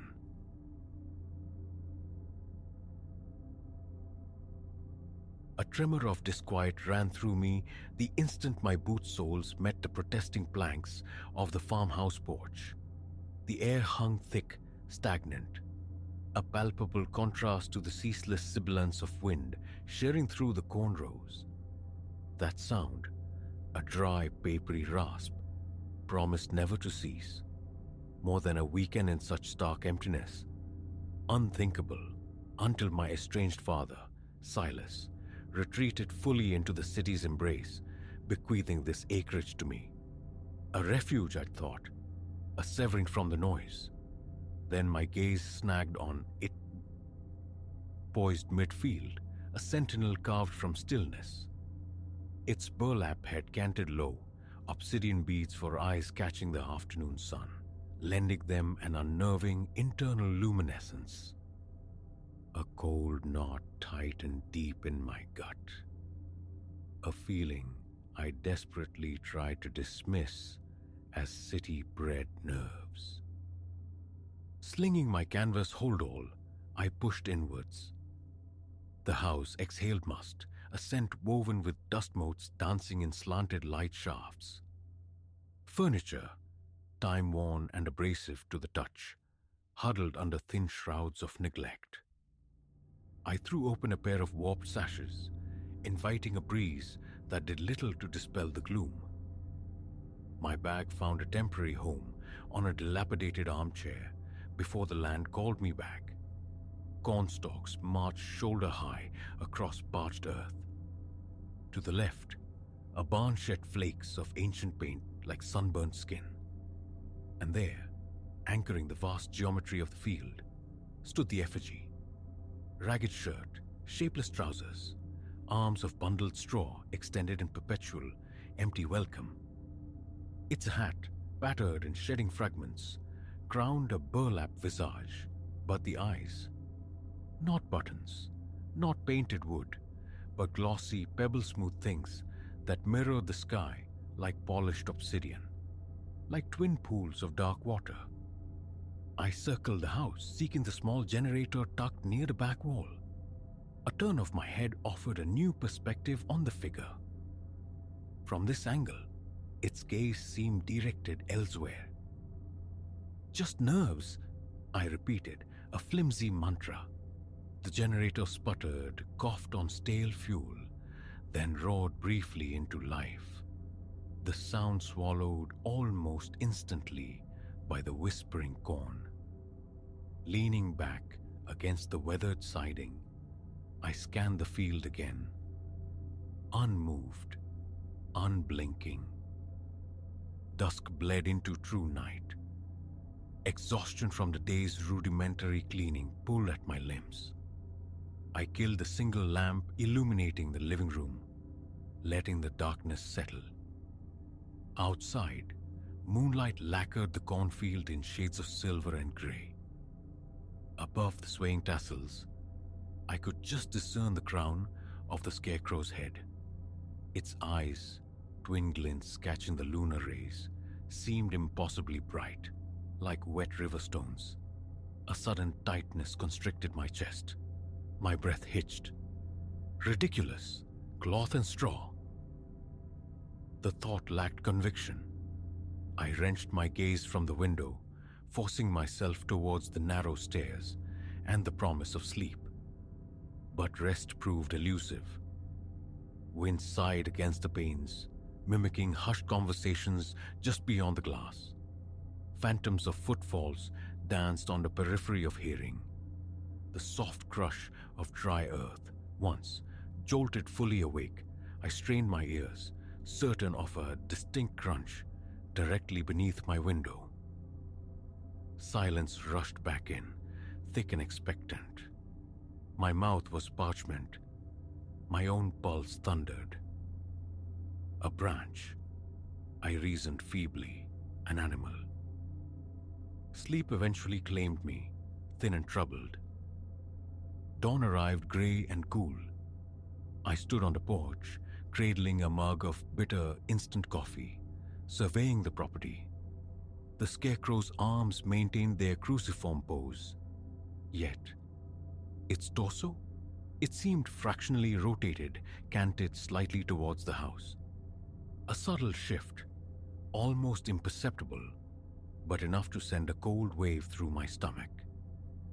The breeze, though persistent, lacked the force to twist a figure impaled on such a stout timber post.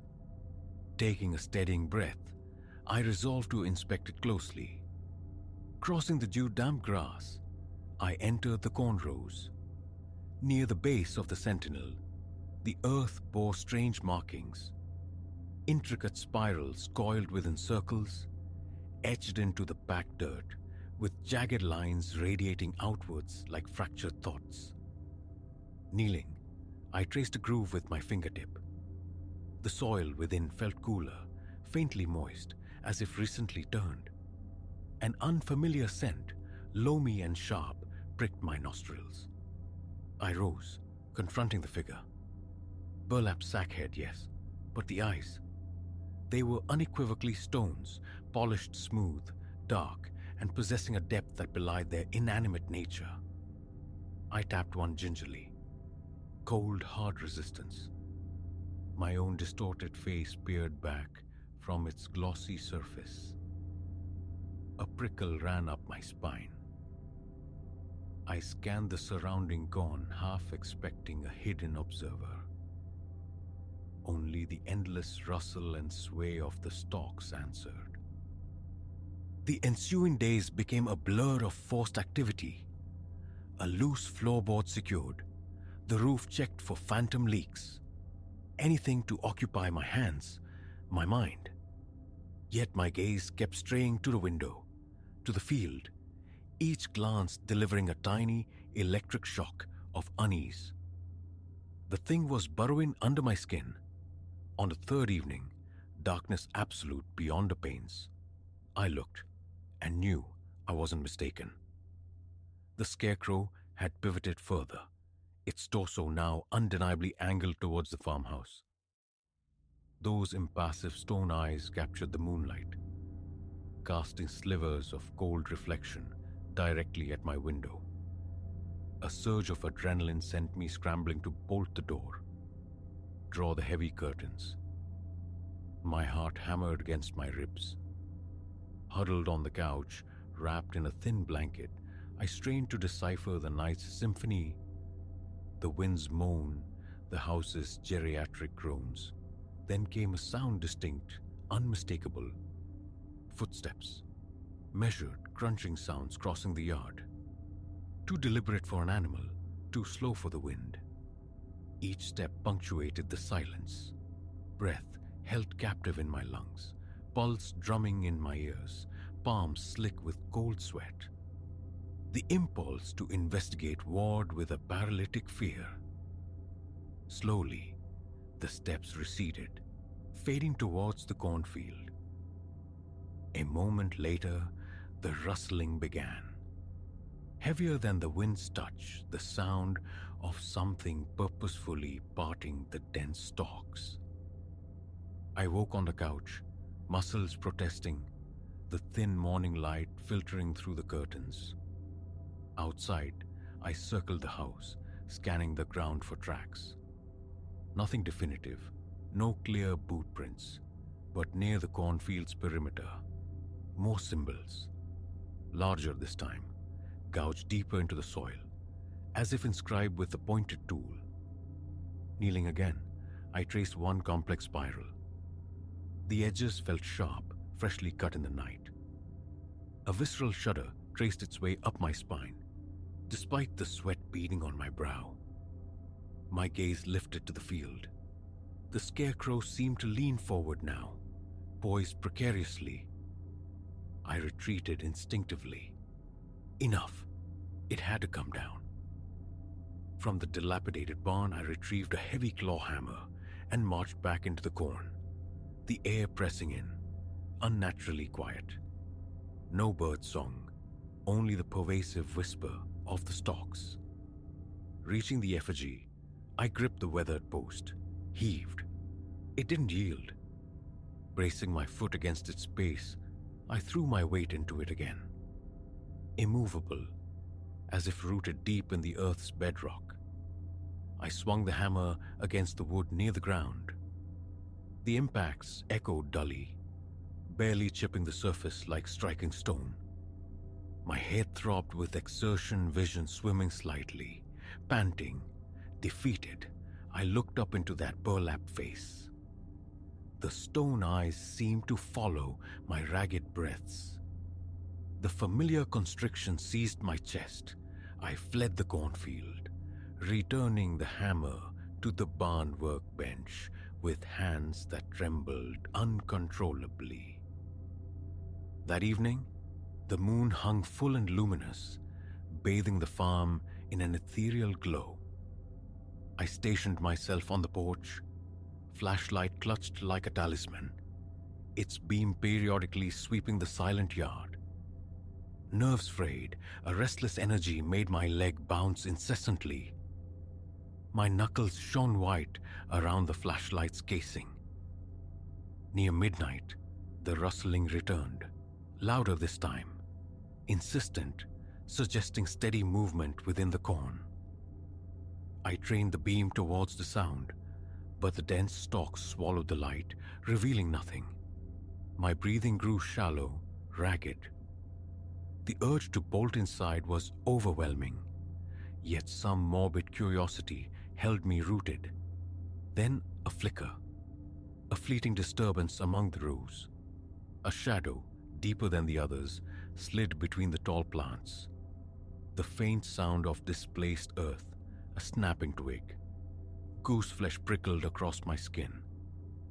Holding my breath, I watched, every sense straining.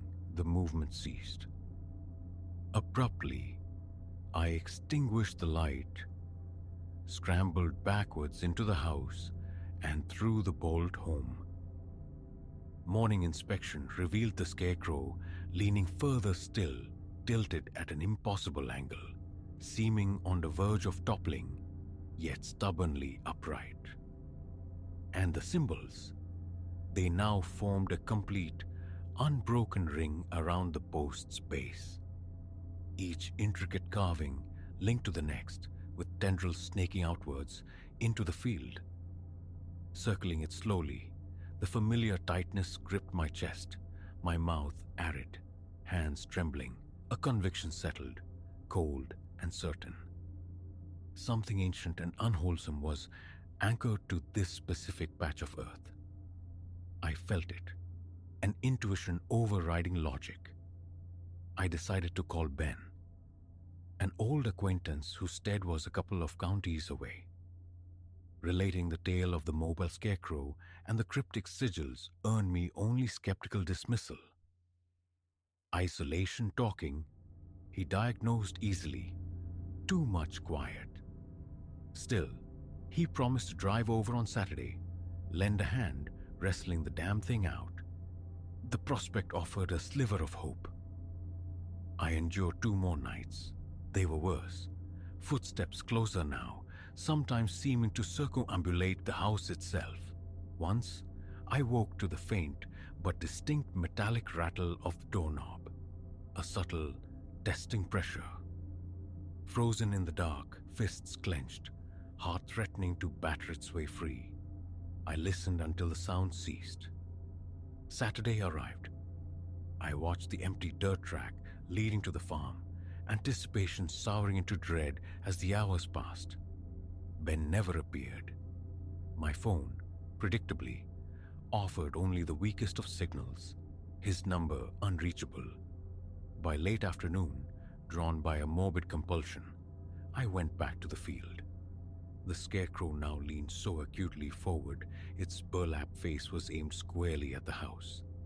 Stone eyes mirroring the flat grey daylight. The ring of symbols seemed etched deeper, the lines freshly defined. In a surge of frustrated rage, I stomped hard on one of the patterns, trying to obliterate it, but my boot skidded on the loose soil, nearly sending me sprawling. My breath came in ragged gasps, a strange tingling coursing through my arms. The urge to flee screamed within me, yet it warred with an equally powerful, inexplicable need to understand. That night, I positioned a chair directly before the living room window, commanding a clear view of the moon-drenched cornfield.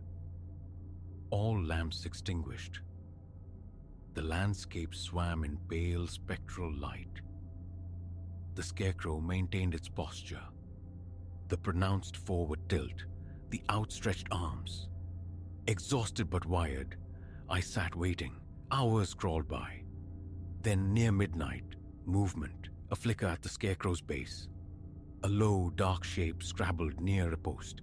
I squinted, heart seizing. A distinct scraping sound reached me. Wood on wood, metal, followed by a soft, guttural noise, almost a hiss. My limbs felt leaden, mind racing uselessly. Looking away felt impossible. My gaze remained locked on the indistinct form. Suddenly the scarecrow moved. It jerked upright slightly, then tilted violently, as if shoved or wrestled from behind. A curse escaped my lips. I tried to rise, but my legs felt watery, unreliable. With a surge of will, I fumbled for the lamp switch. Light exploded into the room, momentarily blinding me to the scene outside. A frantic rustling erupted from the corn. Then profound silence descended. When my vision cleared, the scarecrow appeared unchanged, save perhaps a subtle twist at its torso. A wave of sickness washed over me. Pacing the confines of the small room, I contemplated calling the authorities. The absurdity stopped me cold. My scarecrow, officer, it moves. Before the first hint of dawn, armed with a shovel and a length of coarse rope, I left the dubious sanctuary of the house. Waiting was no longer an option. Striding through the pre-dawn chill of the cornfield, I reached the figure. The air hung damp. My breath plumed white. Anxiety churned like bile in my stomach. I drove the shovel blade into the earth, wringing the post, levering, digging, trying to break its tenacious hold. Back and forth I worked the shovel, muscles screaming, sweat cooling rapidly on my skin. Minutes stretched into an eternity of straining effort. Then, a sharp crack. The post shifted, groaned. Quickly I looped the rope around the scarecrow's midsection, dug my heels in, and pulled with every ounce of strength remaining. The timber wobbled, resisted, then, with a final wrenching heave, tore free from the earth. Soil crumbled from the base of the post. Clinging to the splintered wood was a dark, viscous residue, glistening wetly like fresh tar. My vision flickered. A sharp pain lanced through my temples. Gritting my teeth, I dragged the inert form away from the circle of symbols, hauling it across the uneven ground, out of the corn, towards a patch of barren earth behind the barn. There, I let it fall. Stepping back, gasping for breath, I stared down at the figure, sprawled on the ground. Its burlap face tilted upwards. Stone eyes seemed to fix on mine, even in the dim light. Trembling, rubbing my aching temples, I had no clear plan. Only the visceral certainty that this thing had to be kept far from its anchor point in the field. Full daylight found me trudging back towards the house, shoulders and hands radiating a dull, throbbing pain I chose to ignore. My intent was clear. Haul the wretched thing into the bed of my pickup, drive until the gas ran low, and discard it leagues away from this poisoned land. But upon returning to the spot behind the barn, I found only the coiled rope lying innocently on the disturbed earth. The scarecrow itself had vanished. The ground bore scrape marks as if something heavy had been dragged away. Heart hammering, sweat stinging my eyes, I scanned the perimeter, the barn, the edge of the woods. Nothing. The cornfield rustled softly, a distant, indifferent sound. My mind fractured, torn between the primal urge to flee, pack my bag, abandon this inherited nightmare, and a paralyzing inability to leave without knowing. So I remain, pacing the confines of this musty house, drawn again and again to the windows. No sign of the effigy near the barn. The cornfield stands silent, watchful. Yet I cannot look away. I feel those obsidian eyes somewhere out there, patient, waiting for the shroud of night. The quiet presses in, amplifying the frantic rhythm of my own heart, the tremor in my hands. Every creak of the floorboards sounds unnaturally loud. Fear coils tight in my gut, warring with the unbearable tension of ignorance. I stand now by the window overlooking the field, my gaze sweeping the endless rows of green and gold, waiting for any flicker of unnatural movement. waiting for that unholy sentinel to reveal itself once more. And the conviction chills me to the bone. It's out there, close, resuming its silent, impossible vigil, watching.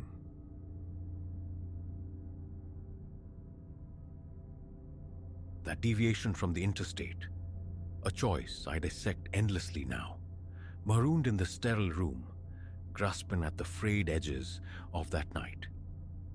They suggest transcription therapy, ink on paper to tether the phantoms. So, this is it. Every shard I can retrieve, precisely as the darkness shaped it. I was threading my way back east, away from the glass towers of Chicago, Pittsburgh, still a 6-hour promise, according to the sterile voice of the navigation system. Midnight loomed when I-80 seized up, a knot of brake lights and flashing orange. A uniformed figure, silhouette against the glare, gestured us off, funneling the sparse traffic onto some vein-like county road. Without a second thought, I obeyed, merging onto the exit ramp. Only the procession ahead vanished. When exactly I became solitary, I cannot pinpoint. The asphalt ribbon sliced through skeletal cornfields, stark under the late autumn moon. Empty, ruler straight. My headlamps painted the brittle stalks in fleeting strokes of bone white. 11:42 p.m., the dashboard glowed. An hour bled away, marked only by the engine's drone. No other travelers shared this void. No porch lights pricked the oppressive dark, only the twin beams of my car carving a tunnel through the night. Radio hissed static, a dead language. My phone, a useless brick. No bars. The fuel needle hovered reassuringly above half. Ample range to regain the main artery, wherever it now hid. The derelict service station materialized the first time almost subliminally.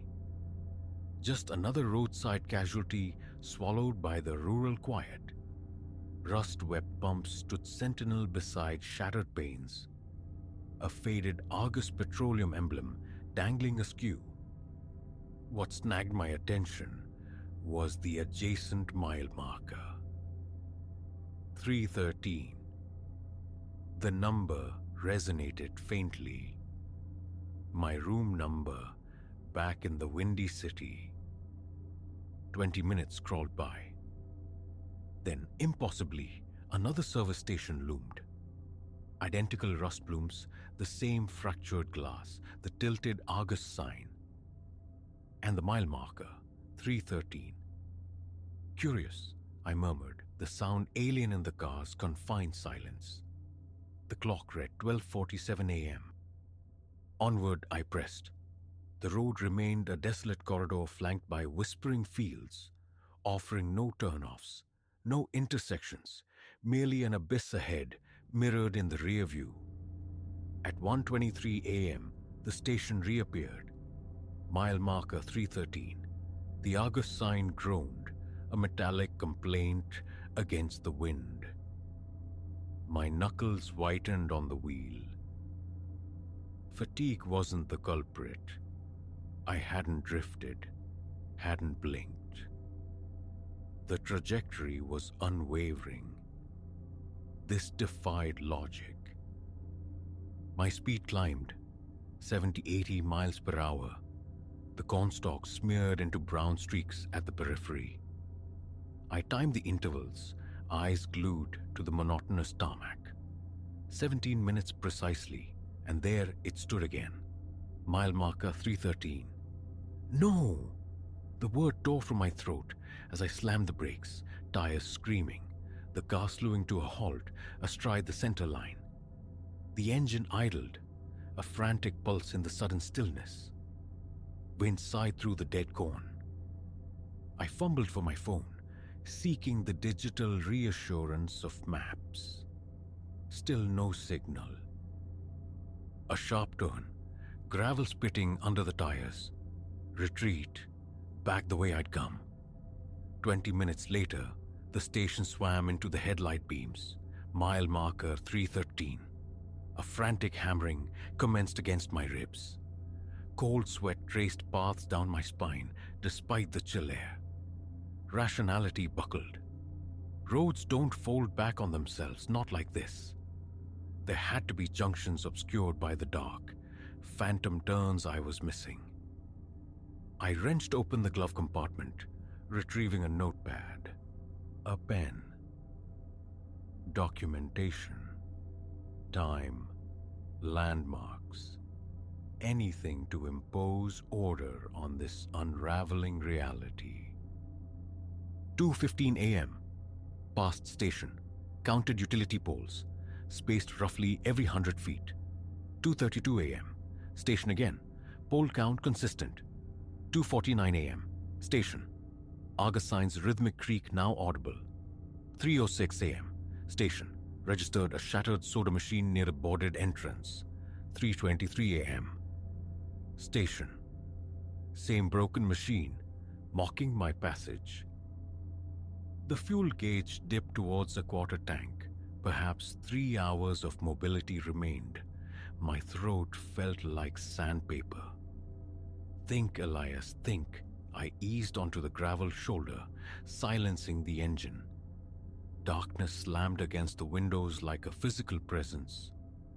The wind intensified, setting the cornstalks to a chorus of dry whispers. A flicker in the side mirror, a shadow deeper than the surrounding night. My head snapped around. The back window framed only emptiness. Tap, tap, tap. I jolted, heart leaping, a face pressed close to my driver's side window. An old man, eyes sunk deep in a weathered face, haloed by grey stubble. A heavy plaid jacket bulked his frame. His breath misted the glass. My trembling finger found the switch. The window descended a fraction. "You ain't meant to be wandering here," he rasped, his voice gravelly, unused. "I'm lost," I managed. "Trying to find I-80. Took a detour." He shook his head slowly. "No detour this way. Ain't been one. Highway's been running clear. But the construction signs, the officer directing traffic, hasn't been a patrolman on this stretch in nigh on 30 years. He leaned nearer, his gaze unnervingly direct. Best you leave, right quick. I've been trying. This road, it just loops. I keep passing that same gas station. That Argus place? Burned to the ground back in 79. Ain't nothing left out there but foundation stones and memory. Ice formed in my veins. I forced my gaze towards the structure illuminated by my headlights. The broken windows, the tilted sign, undeniably solid. When I looked back, the old man had vanished. Ignition, engine roar into life. I mashed the accelerator, tires spun, clawing at the loose gravel before finding purchase. Direction ceased to matter, only escape. The station cycled past again, and again. The Argus sign creaked its mournful rhythm. Mile marker 313 gleamed with malicious constancy. The fuel needle plunged to E. A sputter, a cough, then silence as the engine died. I coasted onto the shoulder once more. The car became doom. Wind rattled the cone. Shadows writhed between the stalks. Tap, tap, tap. I didn't turn this time. I knew the face I would find. Final call. Silas's voice filtered through the glass. Time to move on. How? The word fractured. The road won't let me go. Ain't the road that's stuck. He gestured vaguely towards my chest. It's you running in circles. I don't understand. Reach back further. How'd you truly land on this road? Eyes squeezed shut. The construction zone. The detour sign. The officer's wave. No. Headlights searing into my vision. A semi swerving across the median. The shriek of metal on metal. The unforgiving concrete barrier rushing towards me. My eyes snapped open. Silas watched me, his expression unreadable. An accident, I whispered. He nodded gravely. Nasty one. Pulled your car from the barrier like scrap. Been sleeping 3 weeks now, the docs say. Am I dead? Not yet decided. But this here, he swept a hand towards the endless road. Ain't no place for the living. It's for them not ready to cross over. Drive this loop long enough, you forget there ever was another way. Become just another whisper in the corn. I saw them then. Indistinct figures drifting between the rows, tracing the same futile circuits I had driven. Lost echoes caught in their own repeating moments. How do I leave? Same way you arrived. He pointed back along the asphalt I traveled. Only this time, don't flinch from the light. I turned the key. Impossibly, the engine caught, humming smoothly despite the empty tank. Thank you, I breathed. Silas stepped back, melting into the darkness. Fare thee well, son. Don't expect I'll be seeing you again. I drove. One final time, the Argus station materialized. Mile marker 313. The sign offered a last creaking farewell. Then brilliance flooded the windshield, overwhelming, absolute. This time, I drove straight into it. I awoke to the beeping of machines, the scent of antiseptic, a hospital room. They called my recovery improbable, a miracle.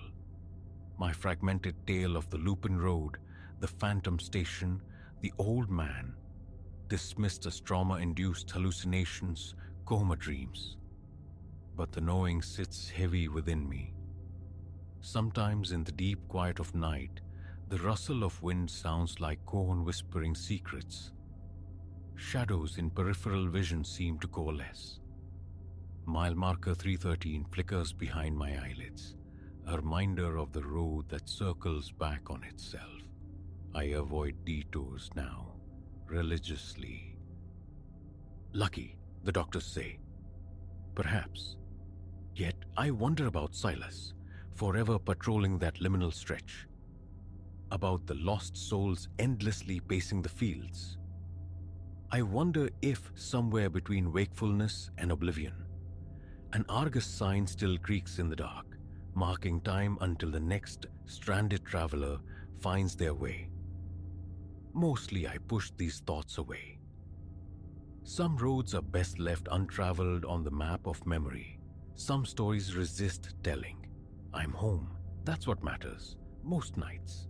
But occasionally, driving alone, when the radio dissolves into static, my eyes dart to the rear view, searching for repeating landmarks, ensuring the way forward remains linear, that the circles haven't found me again. Just checking I'm truly home